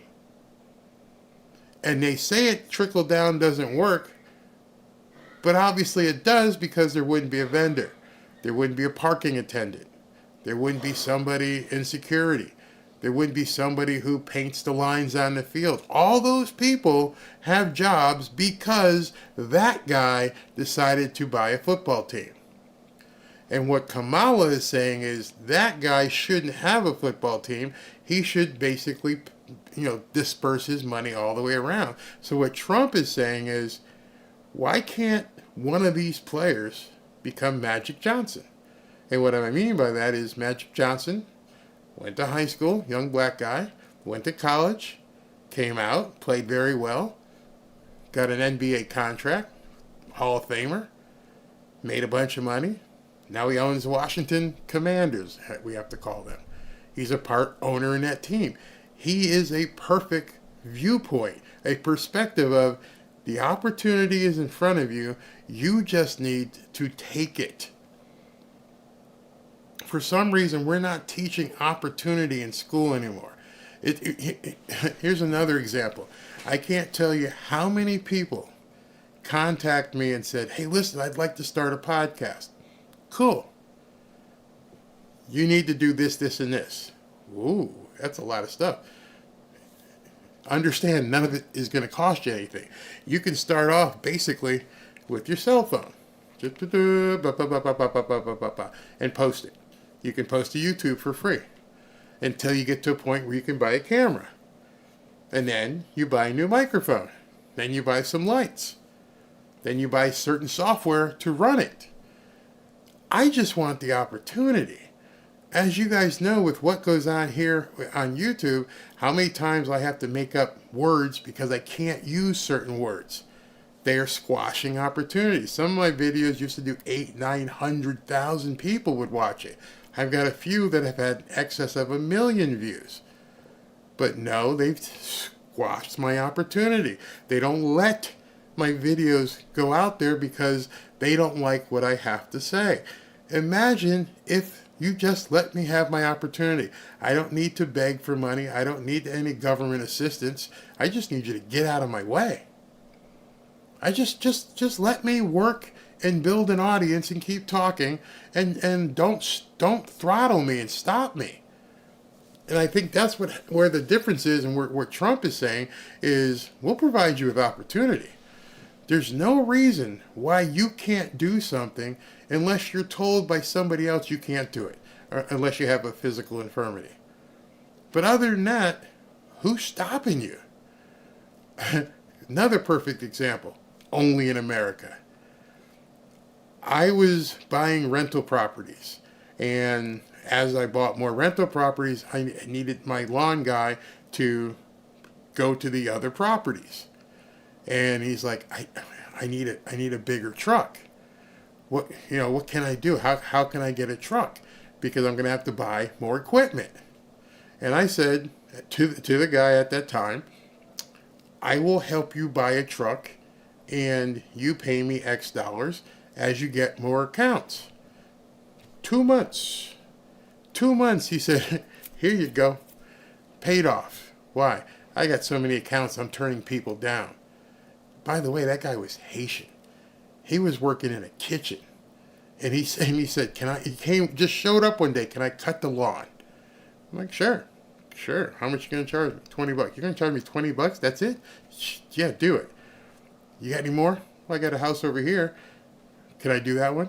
Sure. You know what he did? He walked there with his lawnmower. Opportunity is what you need, to the point where the guy now has 3 or 4 trucks and 6 or 7 people working for him, and he just drives all over Broward County cutting lawns. Many of us did that when we were back in high school, when we would, I lived up north, when I used to have to shovel snow. We had to shovel snow from people's driveways. Opportunity. I'm going to do something, you're going to pay me for it. Okay. What happened to that ideology? Everybody now, TikTokers, everybody else is making videos and trying to make money doing this stuff, and great. But why does the people up there decide who can talk about what at this point? I can't dunk a basketball anymore. I used to. I can't shoot 3-pointers. But there was nobody stopping me from trying to do that. That's all I'm saying. So when you ask a question is, how can Trump or anyone else fix this? Well, there's certain things you have to turn down and other things you have to turn up. And that is very simple. It's just a matter of government getting out of people's way. Never mind all the rules and regulations they put on people to make sure that you can't do X or Y. So Marcus Anderson says Facebook banned him and his content was deleted for 48 days. Again, they're in his way. Marcus, I'm sure, would have been out there saying, I can do this. I can be successful. Just leave me alone. You could start today. Anybody could start a t-shirt shop today. Doesn't even need the money up front. There are people like T-Spread and different things where you can basically come up with an idea. You can come up with a design, ask somebody to create a design for you, and you can put that shirt on the web and see how many people will buy it. Seen it. Done it. It works. Government needs to get out of the way. This is proof that a lot of people haven't grown up. They think that this Robin Hood crap is actually a good thing, from taking from the rich and giving to the poor. Absolutely, you are absolutely correct. Hold on a second, I've got to do something with my chair here, so I just put that up. See, like right now, I have a problem with my chair and the lever, so I'm going to have to basically buy a new chair. Got to do it. I'm going to go to the store where people are working, where someone's going to sell me a chair, and that person is working at that store. They're not home eating bonbons watching Jerry Springer. Jerry Springer's not around anymore. But what's this going on? GARM is destroying... Who's GARM? GARM is destroying our opportunity online. The congressional hearing with Ben Shapiro is an example of that. Yeah. TL says they are already stopping us. Agriculture did have some substance, yes, but so that the price of food wouldn't go to where it is now. Biden removed these subsidies, and with it, yeah, exactly. They are going around and basically trying to put stopgaps in so people can't do certain things. Oh, do you know? I think it was the Amish. They're telling them that they can't basically raise cows and use their own dairy, create their own dairy milk now. They won't let them. These are all the things that government is doing to basically stifle people from succeeding. Let's see here. They're taken from hard workers and give to lazy and incompetent. Well, you know what the thing with that is? I don't know how many of them are, quote, lazy and incompetent or haven't been shown what to do. See, that's the other part of it. My daughter is a teacher, and she's like, I can't do this much longer. I'm like, why? And I'm like, she said there's kids coming through where you're no longer allowed to discipline. You can't grade them according to what they've done. You just have to push them through. So if somebody comes through your class and they're not in a position that you feel like you can pass them forward, hey, listen, this kid's been getting all D's. No. Do not give Johnny D's. Give him a C, pass him on, let him go to the next grade. But he's not there. Doesn't matter. Let it go. Do you remember there was a study done in Baltimore? And this, let me just see if I can. Baltimore math level. It was strikingly bad. So yeah, okay. Let me just let me pull this up so you guys can see it yourselves. Okay. This should frighten the hell out of everybody. The percentage of students in Baltimore City who performed at or above the NAEP proficient level was 7%. This percentage was smaller than that in 2019 and in 2009. The percentage of students at Baltimore who performed at or above the basic level was 34. And then here was a story. At 13 Baltimore City high schools, zero tested proficient on the 2023 state math exam. Zero. Tell me how you're going to become successful in life if you can't do any math. Not you're struggling in math. Not that, I wish I did better in math. No. You're at zero. You can't do anything. And you're in high school. At that point, you're doomed. Done. You've become a ward of the state. Somebody needs to do something about that. Hey, Kamala, you're talking about reparations? These kids can't do math. They can't add at all, and they're just being passed through. So what's going to happen to when these kids get out of high school and they're 18 and 19 and 20? They can't do anything. I can't hire you. I can't even hire you to run the register at McDonald's. You can't hit the numbers. You don't know what the hell you're doing. So it's not, to me, as much a thing about being lazy or incompetent, maybe the incompetent part, but look what's happened to them. It's completely crazy. Nice story about the lawn care guy, Barry. When you empower others who have drive to be successful, you have paid forward your success. Well done. The problem today is too many people want it right away. I'm lucky to be in South Florida, and I meet a lot of people from the islands, and people from Haiti, people from Jamaica. My father was from Jamaica. People from Cuba. They don't want handouts. Sure, there's a small amount of people who would be happy with food stamps and stuff, but it became a joke in the early 90s. I got 3 jobs, man. When I had some rental houses, I used to have a house where there would be like 10 people in the house. Like, where are all these people? Because there would never be anybody home. If you went over there at 10 o'clock in the morning, there'd be like one person there. I'm like, where's everybody else? Working. And they would send money home and do all kinds of stuff because they would have 2 and 3 jobs. No BS. And our kids can't even read or add. It's disgusting, absolutely disgusting. And our Democrats don't care. They don't even care. So I got a couple things. I'm going to go to a video here. Let me see, like this one. Freedom and merit is what America should be about. You just talked about incompetence and lazy. Hey, you're free to do what you want to do. We're going to get out your way. We're not going to keep suppressing your content, Barry. And you're going to earn money and do things based upon how people respond to your content.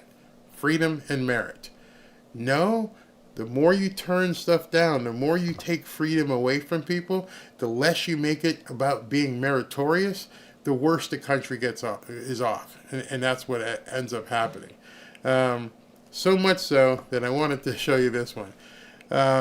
You know what happened with Gavin Newsom and how he's made it that kids can become transformers without the parents even giving permission. He goes, this is the final straw. Because of this law and the many others that preceded it, attacking both families and companies, SpaceX will now move its headquarters from Hawthorne, California to Texas. And then he announced the same thing for Twitter. If you don't allow people to live the lives that they want to live, they're going to try and find some place where they can. And so with everything that she's been saying and what I've been showing you, it's amazing to me how people don't see it, how people don't understand that what's coming and how that will be. So begin now. I don't know what's going to happen.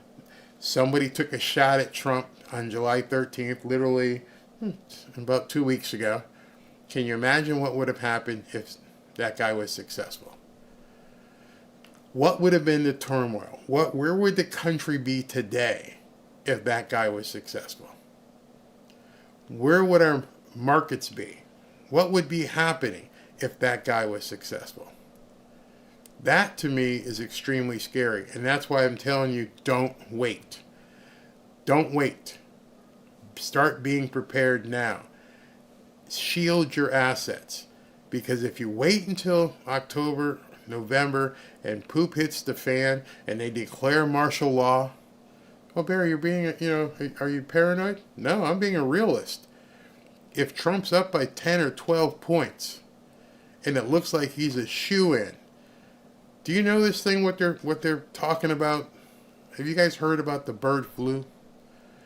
I'm going to do a video on that, and everything they're going to be trying to do is just another, basically, arrow in their quiver that they're going to try and launch at people. So what makes you think right now they wouldn't start martial law if things didn't go well? If they had to, hey, listen, we can't hold an election right now. Sounds far-fetched? Well, July 13th was far-fetched. July 13th, in my mind, everything changed. On July 13th, I realized, honey, we need to do some stuff. We went to the bank, moved some stuff around. Called up Kevin, moved some stuff around. Start getting prepared. So I did this interview I want you guys to check out. I hope you enjoy it. I'm going to come back and forth and we'll talk about it. But this is Kevin DeMeritt, who is the founder and chairman of Lear Capital. And we're not talking about selling anything. We're talking about what's going on in this market. Check this out. Hey everybody, I've got a treat for you today. I'm talking to Kevin DeMeritt, the founder of Lear Capital. Kevin, tell us a little bit about Lear Capital. Yeah, I started Lear Capital in 1997. It's a physical precious metals company, so we deliver physical precious metals either to IRAs or physical delivery to someone's home or a depository that they choose. We've done about $3.5 billion worth of transactions since the beginning of time. And right now, I think we're the only company out there that has a 24-hour risk-free purchase guarantee, meaning that We really wanted to help out our customers make a purchase. We get them an invoice. They get to look at it and make their final decision within 24 hours before they purchase and send us a wire or a check. So we're happy about that, and hopefully the customers are too. And I can tell you, having done it myself, it is absolutely seamless. So after we get through this interview, if you want to click on the link or make a phone call, please do so. But we're going to talk about gold and investing and the tumultuous times we're in right now. So before we get there, Kevin, one of the questions I have is, why did we ever get off of the gold standard? Yeah, Barry, that's a great question. A lot of people ask that. And one simple reason. You can't print money. You can't print the amount of debt that we have if you are on the gold standard. So basically what the gold standard did was prohibit the government from printing money without backing some portion of that money with gold. Oof. So as soon as you're off the gold standard, you can just print away like we are now with this quantitative easing and never back it with something of value. So that's the big reason that the U.S. government wanted to get off the gold standard. So my second question I was going to ask that followed up that question you pretty much already answered. I was going to say, is there any possible way for us to get back to the gold standard? And it sounds like what you're saying, no, because we are so far in debt at this point that we probably couldn't get back. Is that true? Yes and no. So if you wanted to back 100% of our debt with gold, it's impossible. There's not enough gold out there. If you wanted to back some portion of the dollar with gold, then yes, you could make it a small fraction, and even that small fraction would help prohibit the government from printing up so much money, because you would still have to back some portion with gold. Matter of fact, Russia did the same thing when we put all the sanctions on them and their dollar started falling, the ruble started falling. They backed some portion of it with gold and it went right back up. So the power of gold is very powerful to back a currency and give it stability. Now, is it better to have that during war times or peace, or it doesn't matter? As long as there's debt and has to be secured, it's better to be with the gold? Well, I always think a strong currency is better, because look at what's happening right now. We wouldn't have all this inflation. I mean, basically, the definition of inflation is too much money chasing too few goods. If they can print money willy-nilly, they couldn't do that with the gold standard. So we had much less inflation when we were on the gold standard than we had through the 70s or even now today. And with all the problems over in the Middle East with Israel and Gaza and everybody kind of on edge over there, how does the oil market affect currency, and then and along with that, gold as well? Yeah, great question. When oil goes up, people think about this backwards, but when oil goes up, because oil is denominated in the world's reserve currency, which is U.S. dollar, our dollar gets stronger, because everybody has to continue to accumulate dollars to buy the oil that is higher. So they don't reduce their oil consumption when oil is higher. They need to purchase more dollars or get more dollars to buy that oil. So it's actually a good thing when the oil price moves up for our dollar. Not so much for the inflation here in the United States, but for our dollar, it's not a bad thing. Now, with depleting the standard the oil reserves in our country, does that affect anything? Well, what he was trying to do was decrease inflation, try to keep the oil prices down, because oil and gas and things like that, energy, is a big portion of inflation. So did it help? It doesn't look like it. I mean, the inflation rate is still higher, and it wasn't transitory like they thought even when they depleted. So I don't think it helped at all, and it might hurt in the long run. If we had a war today and we didn't have our strategic oil reserve, that's a problem. And he drained it. He completely drained it. I mean, it's just not there, and we're not drilling for more. So I don't know what we're in a bad situation there. So I don't have a ton of commodity-based investment experience. My personal and my wife, our experience is based upon real estate. So between the two of us and what we've done, we've probably purchased and sold over 1,000 houses over 20-25 year period, and we're always into this state of flux. And you know, who made this statement? I don't know if it was not Warren Buffett, might have been Rockefeller, and said the time to buy is when blood is running in the street. And I've been accused of being a vulture and taking advantage of people, because I like buying foreclosures. I can deal with the bank directly.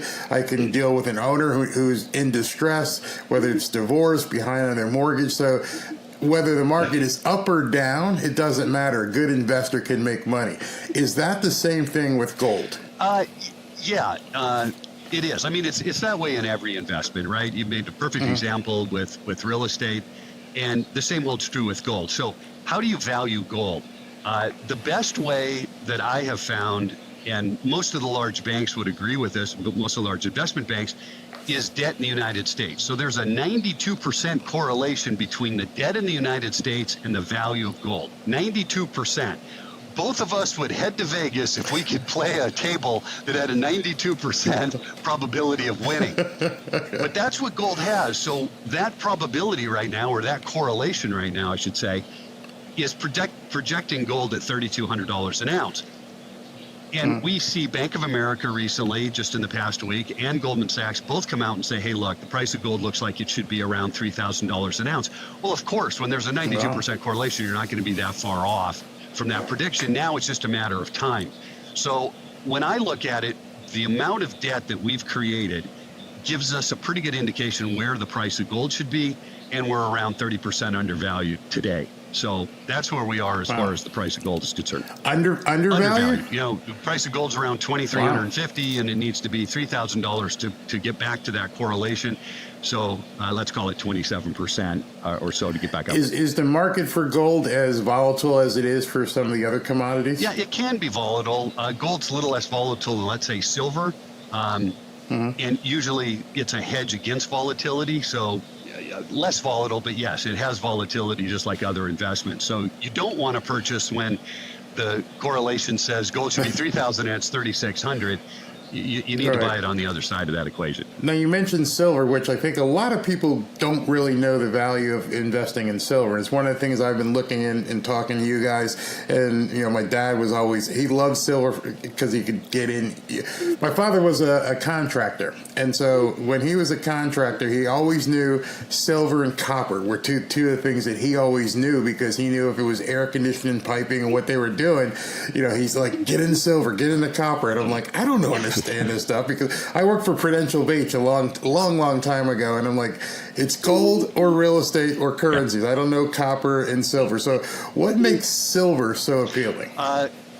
Well, look, it's the sister of gold. So if the gold market moves up, usually silver moves up afterwards. So you always see a lag. Okay. We've seen the gold market skyrocket, and now the price of silver is starting to move back up.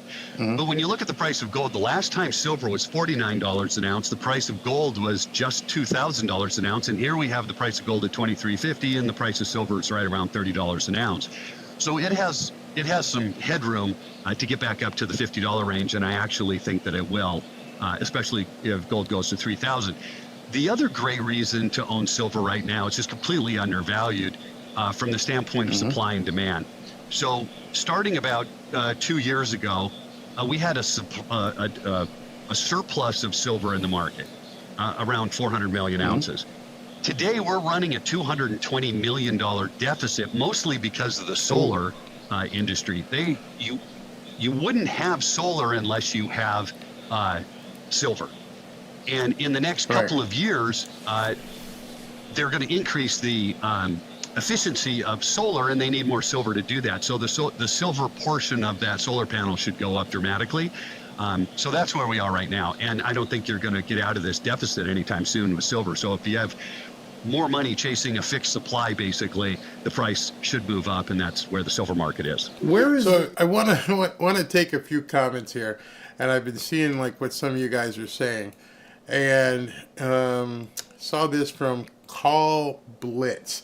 So if a loaf of bread costs $20, how do you break 1 ounce of gold that's worth $3K? You wouldn't buy a gold bar worth $3,000.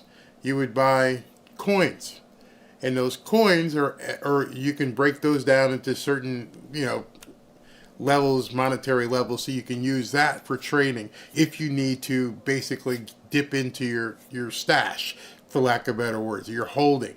So you're not going to buy a brick of gold and say, hey, listen, I need to do something with it, because at that point it would be very hard for you to trade it. So you're going to want to have something that you could basically liquidate pretty quick. Somebody writes here, I have an $8,000 wedding ring that the jewelers were only giving me like $500 for. Well, if your wedding ring is actual gold, not what you paid for it.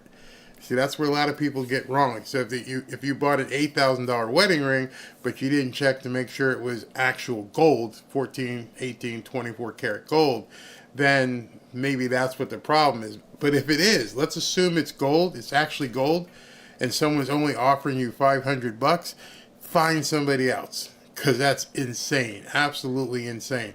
And trust me, I buy a lot of gold, both for investment and for my wife, who's adorned it. She loves it, and so I can tell you, one of our secrets, just so you know, any of you guys who might be interested in it, I never go to a jewelry store to buy jewelry. Never. We just never do it. We're in Boca, so we're a little bit lucky, but there are pawn shops with just the most amazing pieces where you can get the best deals for what you want to buy. And they're gold. They're actual gold and they're actual silver. So that would be a tip I would give you. There's only so much gold. I'm not sure what you mean by that, because at the same time, there's only so much real estate. But everything is for sale at a price. You understand that? So you may say, I can't find a house to buy. Well, there's a house that you can afford somewhere. There's only so much real estate, but you can find a house. What's your home defense plan? I don't want to say that on air, but look up the term Mossberg Persuader. That's how I can say it. That'll get past people. Mossberg Persuader. Get a couple of those if you need some home defense plan. And then alternate inside that Mossberg Persuader buckshot and slugs equally. One cartridge of slugs, cartridge of buckshot. But a Mossberg Persuader. Yes, everyone needs to be praying because only God can fix this mess. Trump is a step in God's plan. Absolutely, I believe that. Good question here, or statement. I want my gold to be here in my hands. When I work with these guys at Lear Capital, please understand that's specifically what you do. You actually take possession. It's not a certificate. It's not something that they say, hey, you own X amount of gold and you get something on a ledger. No, you actually get the gold. So, if you were to call Lear and ask them for some information, they will tell you, they will show you how you actually get the gold. Didn't Trump want to bring it back to the gold standard? Yeah, he did. It was something he mentioned as well. And that would help with a lot of the debt that we're seeing. Hyperinflation is seriously a problem. So is stagflation. And this question here, Barry, do you think it would be a civil type war coming down the road in the future? I don't know if it would get to civil war, but it could be a lot of chaos, a lot of anarchy. Think about what you just saw in Washington yesterday with everybody protesting Netanyahu. And one of the questions that the guy just asked, what's your home defense plan? Well, your home defense plan, the same way your asset protection should be, is understanding that there may not be any help coming. You saw yesterday in these protesters, they were attacking police. The police were completely outnumbered. There may not be help coming for you. That might be something you begin preparing for. So, if you want to move some of your assets into gold, it's not to make money. Understand, people who buy gold aren't doing it because they're hoping to make a whole bunch of money. The reason to buy gold is to make sure you are protected, that your assets are protected. Putting a certain allocation into that gold allows you to be protected should something happen. Don't look at it and go, hey, listen, I made a ton of money by buying some gold. If that happens, fine. The bottom line is you want to be protected. So if the poop hits the fan, you still have the ability to survive. How can I say this? Where is the biggest source of gold and silver right now, globally? It's not coming from America, right? We're having to mine it someplace else? Yeah, some portion comes from the United States, but you still have the biggest portions of the metals coming out of South Africa, Russia, some portions in China, although they don't really release it. China keeps most of their production. And you do have Canada and the United States, Australia. Those are the major hubs for most of the metals. Unfortunately, with silver, or fortunately for us, but unfortunately for the silver market, most silver comes as a byproduct of copper, of platinum, of gold. Yeah. So there's very few mines that actually mine silver because it's just not profitable to do so. The silver price is too low to actually pull it out of the ground and be profitable. So I was looking on your website, and there's something I got to ask you about, and it's, please explain to me and everybody else what you're talking about with de-dollarization. That seems really interesting, and it's kind of scary when you think about it at the same time. So what is that all about? Yeah, so de-dollarization is mostly revolves around the world's reserve currency. So the best way I could explain this is, in the last 600 years, there's been 6 reserve currencies. So it started off with Portugal, went to Spain, then Netherlands, France, Great Britain, and now the United States. Each one of those, Barry, lasted about 100 years. The United States is right at that 100-year mark. So what destroyed each one of those currencies from being the world's reserve currency? And it's one thing: debt. An enormous amount of debt that the politicians, fiscally and monetary policies just went to hell, and the currency collapsed. So, which is where we are right now. We have a tremendous amount of debt. As I showed you earlier, where is this? Okay, remember, this all ties in. Interest payments on U.S. national debt will shatter $1.1 trillion this year, eating 76% of all income taxes collected. That is huge. That is a problem.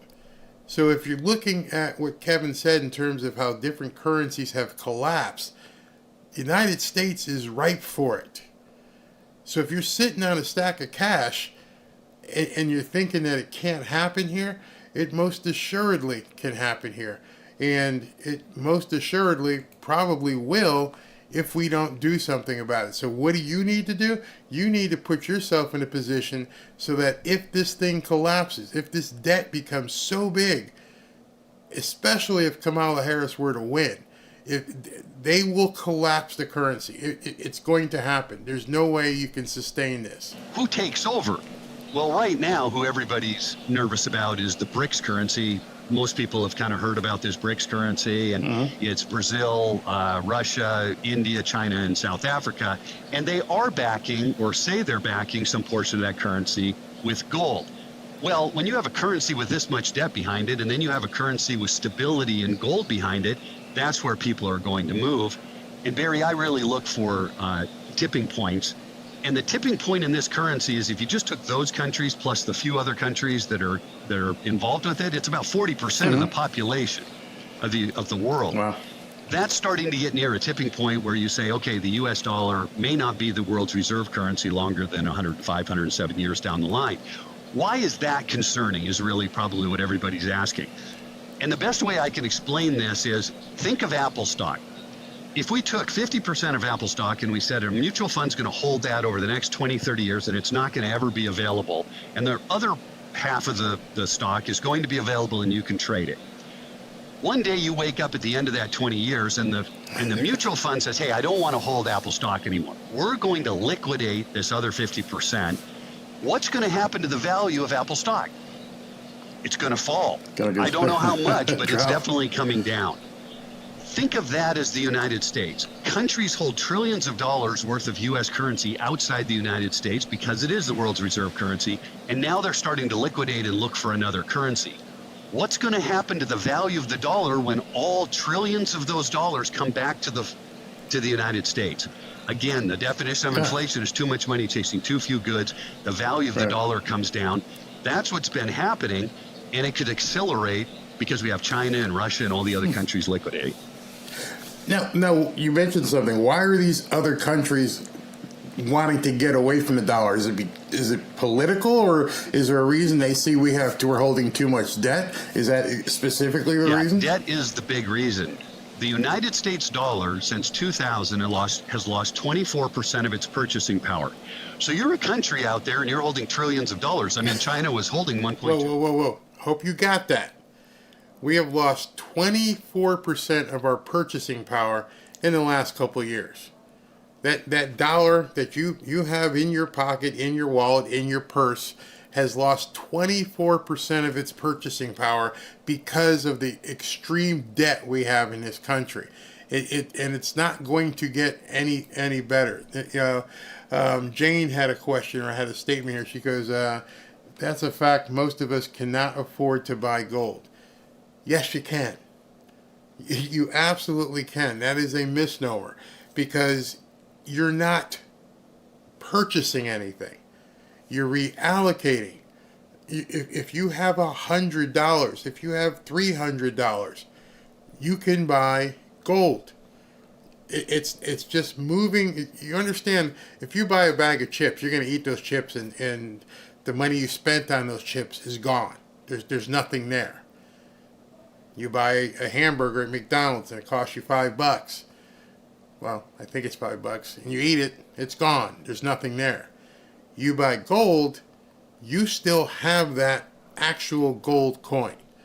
So if gold is basically the spot price now, let's say it's at $2,400 an ounce at this point, between what you can actually reallocate and buy at this point, you can get in. And so if you have a couple grand that you've got saved somewhere, which isn't a whole lot of money. If you have a couple grand that you've got in a bank, a savings account, an IRA, you can do all kinds of different things to make it more protected.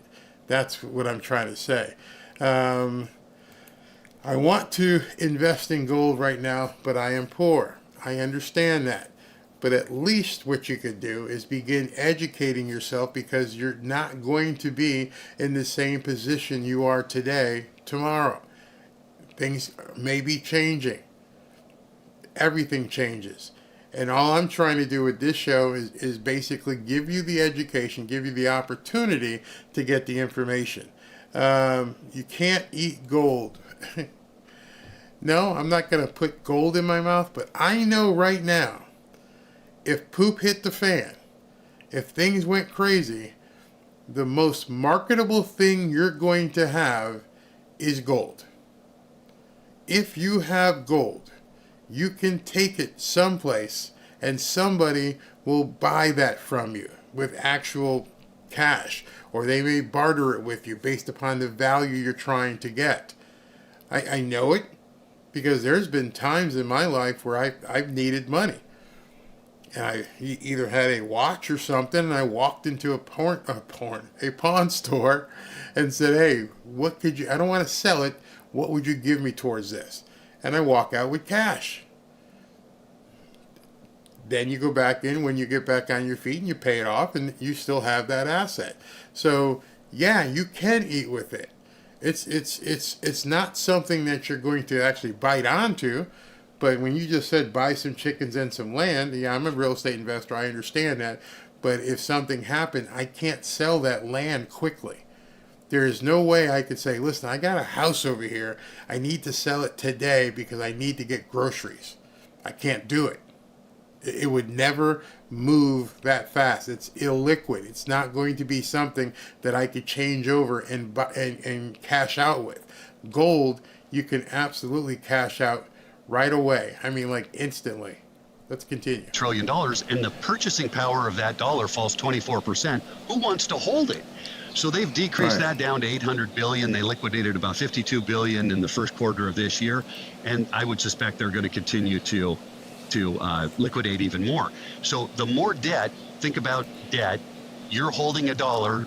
The United States adds another trillion or $2 trillion in debt. The value of your dollar that you're holding falls every time they add another dollar to the system, and countries are just sick of. I mean, think about this, Barry. We went from $8 trillion in 2008 of debt to $34 trillion today. The value of our dollar is not what it was in 2008. Right. Now, if you can see that and other economists can see that, why aren't we trying to fix it? Why aren't we trying to do something and say, listen, on the horizon, we're seeing this great de-dollarization. Why aren't we putting things in place right now to basically make sure that doesn't happen, or to tamp the brakes on something? Yeah, because I think politicians care about getting elected today, not what happens to the country X period. So if we want to change that, we need to change the politicians, because they just want to get elected, right? If you take that out of the equation and you said, look, our dollar is going to be absolutely worthless if you guys keep spending money and creating these deficits. If that's what we all voted for, then that is a guy we need to vote for, right? As much as I dislike Biden, this can't be all on him. I mean, the debt's been growing and growing and growing, right? So is it basically a nonpartisan that they both just look the other way and say, hey, just pile on as much as possible? Yeah, about 10 years ago, they had the modern economic theory, which is we can print as much money as we want until a certain point. I don't know when that certain point is, but at a certain point, things start to break, and you're starting to get there. And the reason I know it is because this BRICS currency and the world's reserve currency, our currency, is being challenged. And as soon as that happens and you lose that status, a lot of things change. Because the world needs the US dollar to go buy oil and so on and so forth. If we were not the world's reserve currency and our currency fluctuated along with commodities, we're like Europe. The price of gold or price of oil could go up $20 and your currency could fall at the same time. Your inflation now just went up by 40% in that particular commodity. Wow. That doesn't happen to us. We only have to worry about one part of the equation. So there's a day of reckoning going to come for our debt. And I mean, look, Jamie Dimon, the CEO of the world's largest investment bank, said, you know, debt is concerning me. We could get stagflation and other black swan events if we don't start fixing this issue soon.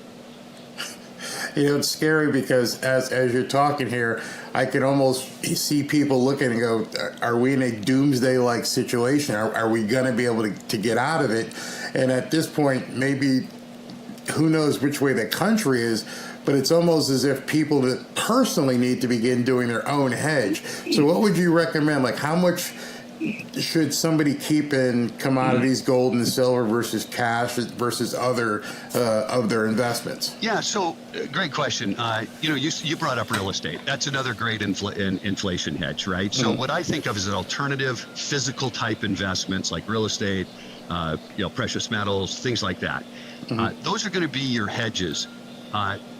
And each one of those, Barry, is going to depend on what somebody's education level is on those particular type of investments and what they're trying to do. If you need, you know, every nickel of your investment as an income-producing investment for retirement, you shouldn't invest in gold. But if you're trying to protect some of your investments, and maybe you've got investments in real estate or other income-producing investments, you feel comfortable there, then you should have some portion. 5% is usually a low point, up to 20%, depending on where you are in life and what you're trying to accomplish. And one of the reasons. So, what a couple of people asked a question. Where is this one? Barry, if we buy from your guy, say for $1,000 worth of gold, would he send us the gold? Two answers to that question. One, he's not my guy. Understand, it's not my guy. I want to bring you guys information as to, you can basically give them a call and say, send me some information on what I can do at this point based upon where I am in life.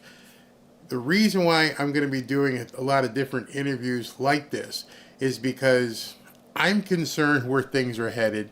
I am investing in gold. So you want to change that word. Not buying gold, investing in gold.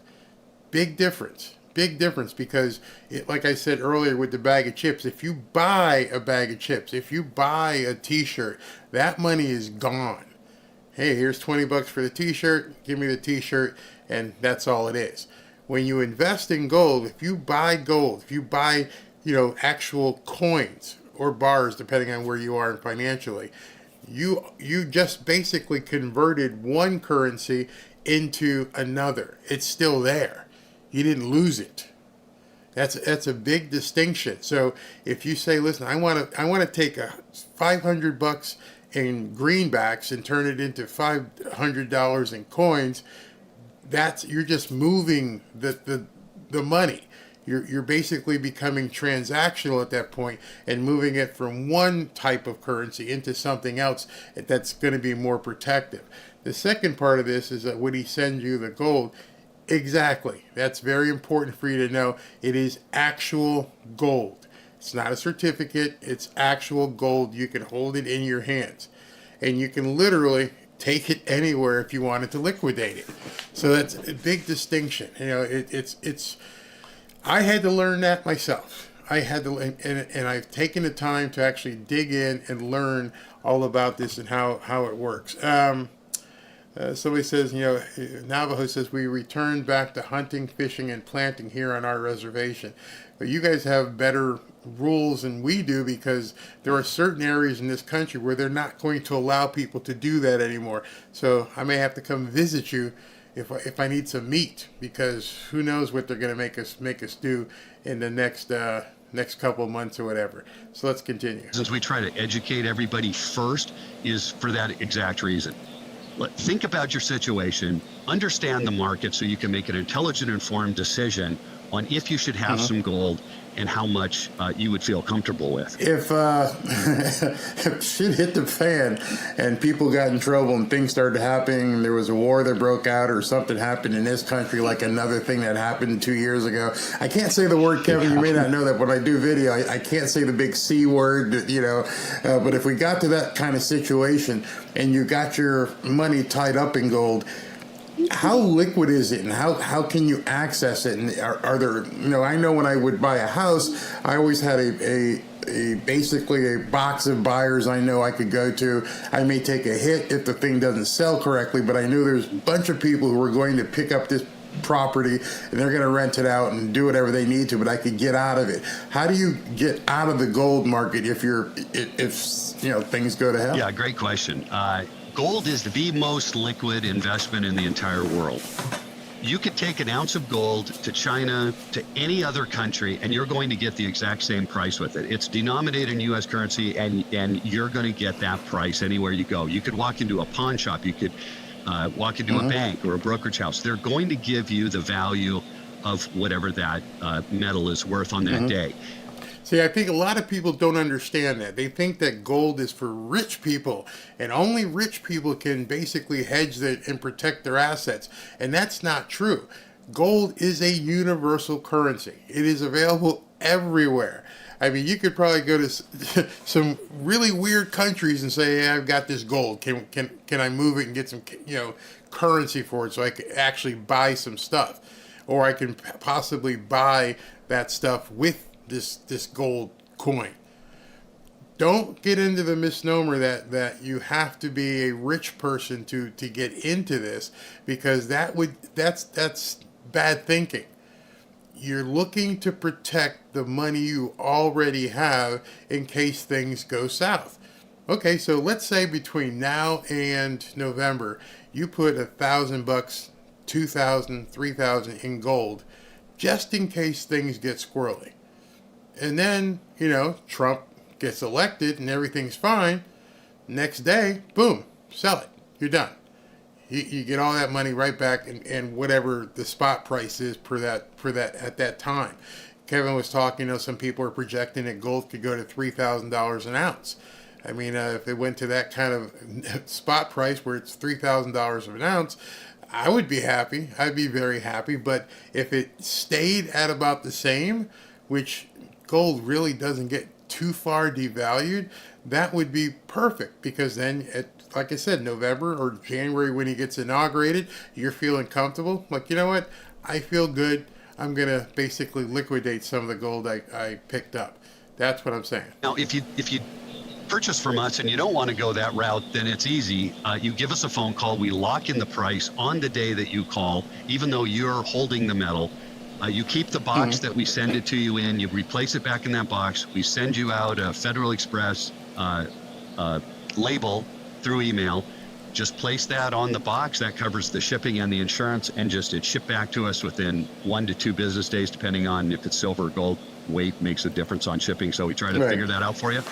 and then we turn around and send you a check. So it's very easy to get out. If it's an IRA, you just give us a phone call and we liquidate it out of your IRA and you have cash back in your IRA. In a doomsday scenario like you're talking about, the IRA company we work with actually will physically deliver it to you. It's one of the only ones that does. So if you said, hey, it's a doomsday scenario, I don't want cash, I want my gold, they would actually deliver it to you. By the way, if you want to pick up this report on de-dollarization, just go ahead and click below, or just go in the description, or just call the number on the screen and one of Kevin's guys will make sure you're taken care of and they'll get that out to you. But everybody's talking about crypto right now, and even Trump came out and said he's not going to hurt crypto. He's not going to try and push central bank digital currency. Give me both sides of that. One, if there is a government-run digital currency and crypto, how do those affect the gold market? Well, I think the crypto market doesn't affect gold all that much. I think you have two different types of people. Hey, I'm either a gold guy or my crypto guy. There's some people in the middle that will do both, but what we find is you're either a crypto guy or kind of a gold guy. If the government comes out with a digital currency, that's a whole nother situation. I mean, you've got privacy issues, you've got control issues, you've got a lot of those kinds of issues that people are worried about. And then I think the gold and the crypto market are probably going to really take off. We kind of saw the same thing in 1999, right before Y2K, when everybody thought the computers were going to get shut down. We just had people taking a bunch of money out of the bank and buying, precious metals. And then once nothing happened, they would liquidate and go back. So I think this would be a little bit different because, look, you're going to lose your privacy and you're going to lose control, a little bit of control of your money, because the government can see every single thing you do with that government-controlled currency. Now that to me is more of a doomsday scenario than a war. I'm sorry, because if they can control what you buy, how much you can spend, when you can spend it, that's absolutely scary. So one of the things I get conflicted by is, what exactly is an ETF? So an exchange traded fund in gold is just what an exchange traded fund means for people, or they think it means, is they're holding this physical gold and it's going up and down, and I own a portion of that, so I'm going to own a portion of this physical gold going up and down. That is, for the most part, not true. Most exchange traded funds hold a portion of gold, maybe 80% or 90%. The other 10% is just a hedge going on, not physical gold itself. So the way I like to explain it to people, Barry, is if you called me up and said, I want to own some gold, and I said, great, Barry, send me in $10,000. And what I'm going to do is I'm going to buy 80% of that in physical gold. Then I'm going to buy a paper contract for the other 20%.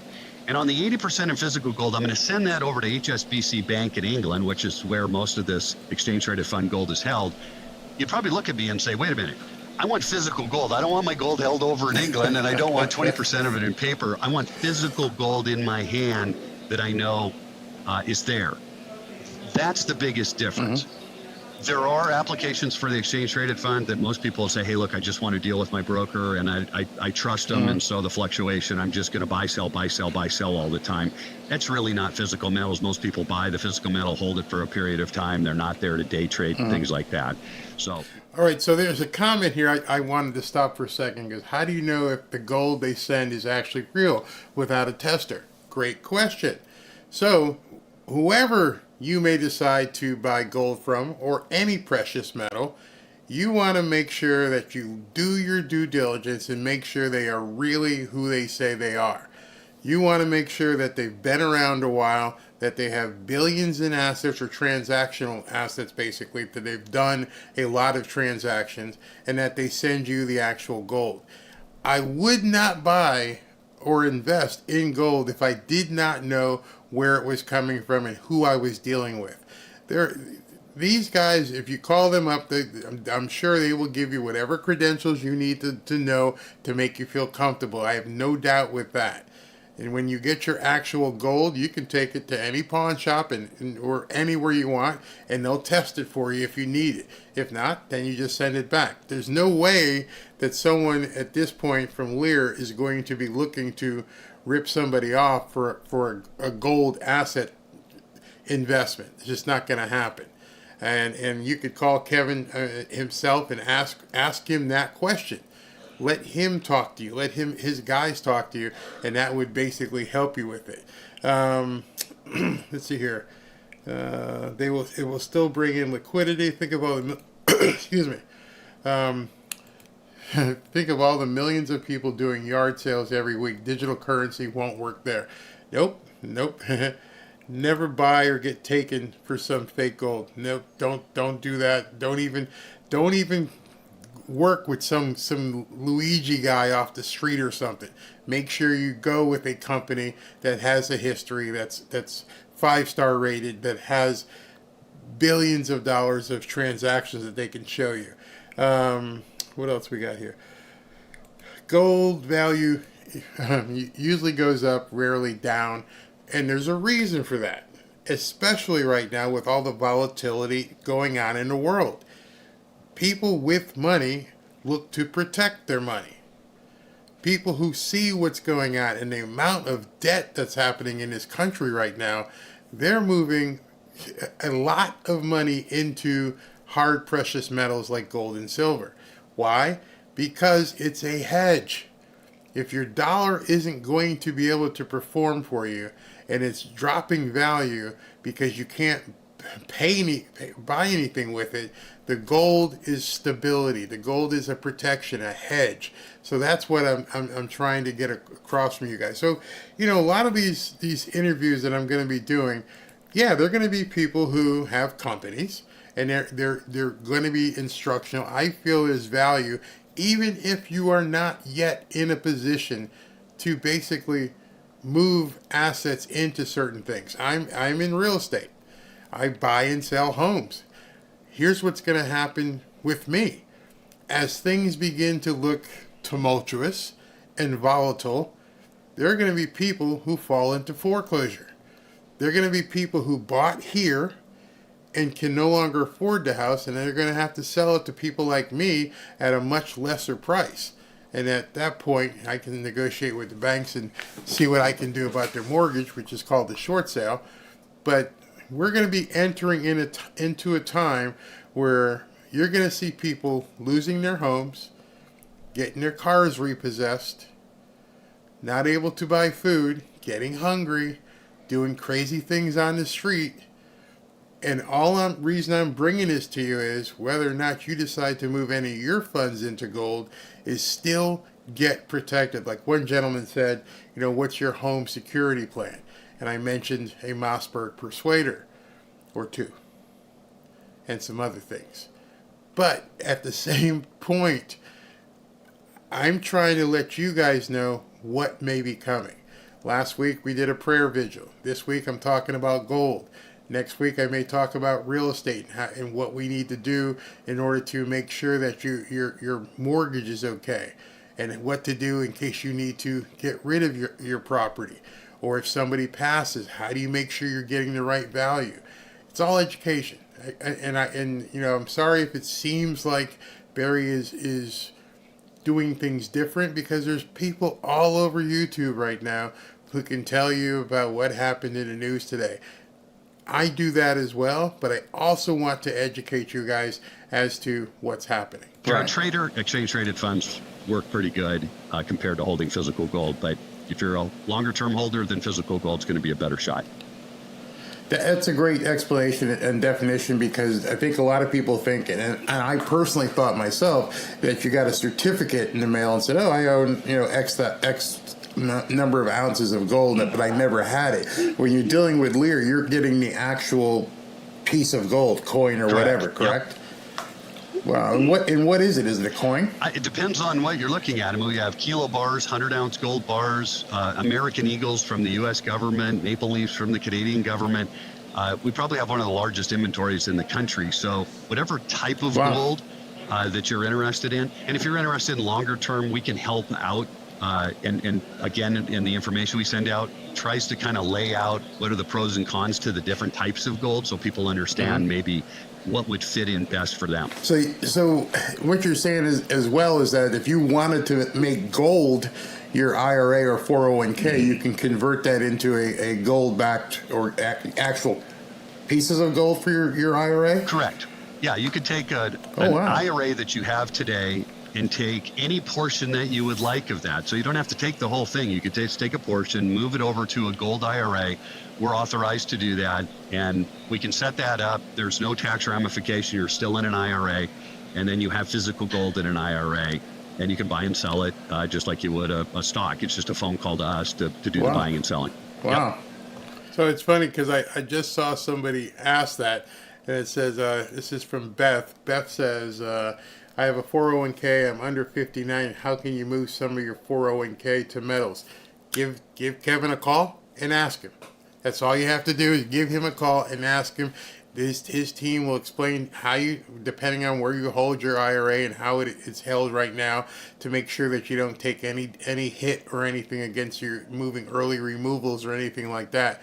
But just feel free to give them a call, because yes, you can use as much as you want from your IRA to actually get involved in some gold. So we're almost done here.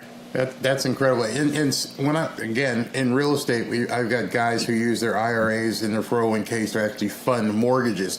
And what I mean by that is that they'll get a mortgage or basically borrow against their 401k to put a mortgage on a property so we can flip and do what we need to. Obviously, gold is the biggest collateral out there, so I'm sure you could probably do the same thing with that in terms of if you wanted to use that as a hedge for something else. Yeah. We actually put the physical gold into the IRA. So again, if they wanted to take physical possession, any investor could take physical possession outside of the IRA if there comes a doomsday scenario. But you would have the physical gold in your IRA. Wow, that's cool. Now, I know this is probably going to be a question because I get a wide range of people who watch the videos I put out. I've got people who are established who are retirees with IRAs and 401ks, and I've got some younger people who are seeing what's going on and basically, how do I say this without being offensive, becoming more conservative and becoming more aware that something isn't right with our government and the financial institutions and how things are going. What do you need? Earlier you said, basically 5%, and you just figure out where that is at comfortability. But what do you need to actually buy in? I know gold, you said, is $2,300 an ounce. What is silver at this point? It's around $30, almost $30 an ounce. So there's a benefit there to get in. You don't have to wait. You can get in if you don't have to have 10 grand, but you can get into silver right now, no matter pretty much anybody at whatever level of income they're at. Yeah, you can get in. With IRAs, because of the IRA fees, so it's about $150 a year. Typically, we say that should be at least $5,000 or more. But outside of an IRA, people can start whatever they feel comfortable with. And we try to help out a little bit because obviously there's a fee if you're going to talk to one of the representatives. But we have a website with pricing on there that people can go to with smaller amounts, and the fee is a little bit less. And when they build up, then they can switch over to one of the reps, and we can help you through the process for longer term investment. In closing, Kevin, I'm going to put up the de-dollarization report, and once you get that, is there anything else that people should know about investing in gold and silver at this point? No, I think we covered a lot of it, and I think your last point is well taken, and the thing we try to do around here, education. I say that the U.S. education system should help people more with, investing, because that's where I think everything is lacking. So hopefully our information, at least for the precious metals market, helps people get educated so they can make an intelligent, informed decision on this is something I want to do or not, and how much would I feel comfortable doing with my overall portfolio and their goals. I think it's important. I mean, I get so many comments, what are we going to do if this happens? And I think the education that Kevin can provide and his guys, plus just looking around, what's going to happen with the election. So in closing, I have one question, and I'm not going to ask you to pick a horse in this race, doesn't really matter. But what do you foresee happening if X guy versus Y guy is elected? I believe that both Biden's invested, we have a lot of problems.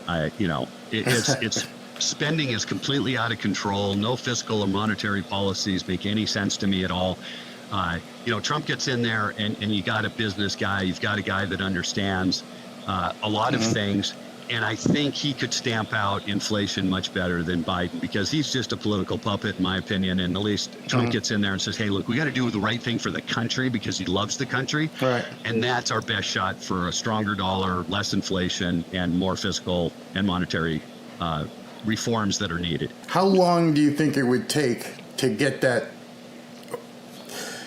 country turned around where it is more stable should he win? I think it's 24 months. I think he needs 24 months to kind of, look, when you're spending this kind of money, it's a huge ship. It's a big aircraft carrier to turn, not a little speedboat. So it takes a while to get it going in the right direction. But he did a pretty good job. He's not afraid, obviously, to say his opinion and really get out there and get ahead of things. So 2 years from him, if it was Biden and he really wanted to do it, it'd probably take him 8 years, and he doesn't have that long. You're in California, Yes. right?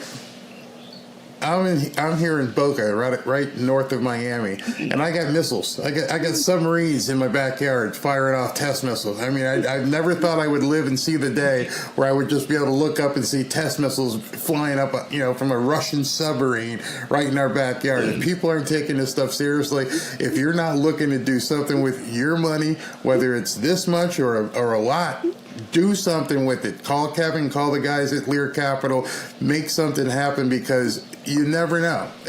I would never thought I would wake up and see a submarine parked off the coast of Florida from Russia. It's like the Cuban Missile Crisis, something we grew up with as kids, and now it's happening again. It's insane, absolutely insane. So, Kevin, thank you for your time. I'm going to be talking to a lot of financial guys to get them on here and start talking to you guys about what's going to happen. So I'm going to ask Kevin to come on again. We're going to have a different topic, but right now, go ahead and get that de-dollarization report, download it, call the guys at Lear Capital. If you want to go ahead and purchase something, do it right now. Numbers on the screen. Talk to you soon. So what I think I'm going to do is I'm going to bring somebody like Kevin, possibly Kevin, and bring him on live. That way, some of the questions you guys have, you can actually ask him right during the actual show. And if you have any questions, go ahead and give him a call and find out what Lear can do for you. It's funny because I remember a couple years ago when everything with that disease that was going around. We were trying to find ways we could get different treatments. I can't even say the words. It sucks. I can't even say what those things are. And, we would go to certain pharmacies and they would say, nope, you can't have it. You can't, we can't even prescribe. I mean, we had a prescription. We can't dispense this. I'm like, why not? I've got a prescription. And that's when my wife and I realized things were heading in a bad way. And it's funny because I saw this comment. I got to put it up. And it's from Sean. And Sean says, we're all preppers. I'm wondering if you guys know what he means by that. So my wife became a big-time prepper. Half of our garage is with prepper stuff. And prepper stuff means is if you turn on the lights one day and they don't work, if you turn on the gas for the stove and there's nothing there, what are you going to do? Think about that for a second. We are so comfortable in America. We're just used to walking up to the refrigerator, open it up, and taking stuff out of there and put it on the stove and do whatever we want. We don't even think about what happens if we can't do that. What happens if your food spoiled overnight because there's no electricity? Somebody took the grid down. What happens if you can't get to an ATM or you go to the bank and they're like, sorry, we're not dispensing cash today. So I'm talking about what is basically a doomsday scenario, but some of us, many of us, have lived through that already. You saw what happened a couple years ago. They shut down everything. So when you say, are we all preppers? Yeah. My wife has all kinds of stuff that we could cook on a grill. We could basically use the propane, and when the propane runs out, we could go ahead and use charcoal, and we could cook some stuff. We've got some, MREs. We got different kind of food, and also we have gold.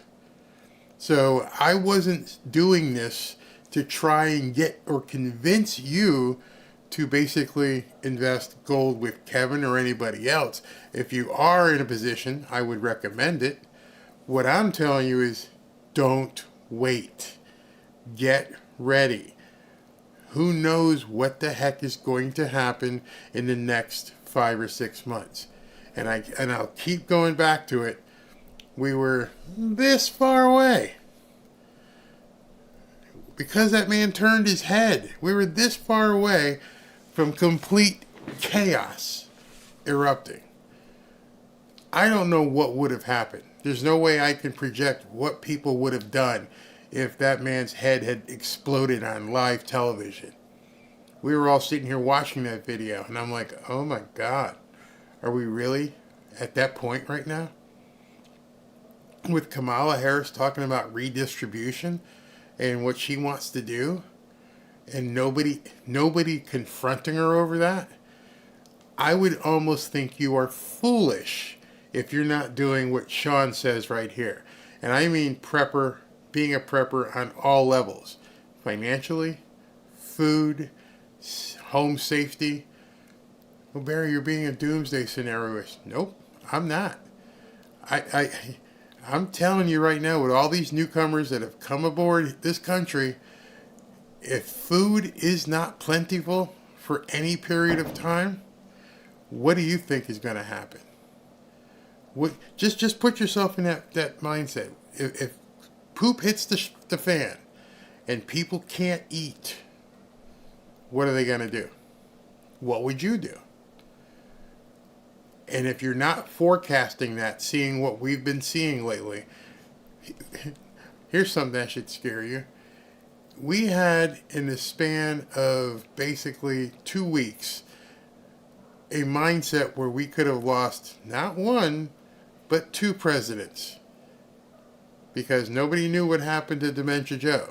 Some people thought he was already gone. And you saw what happened to Trump. We are on the precipice, as far as I'm concerned, of something really bad happening. We have no more oil. He's drained it.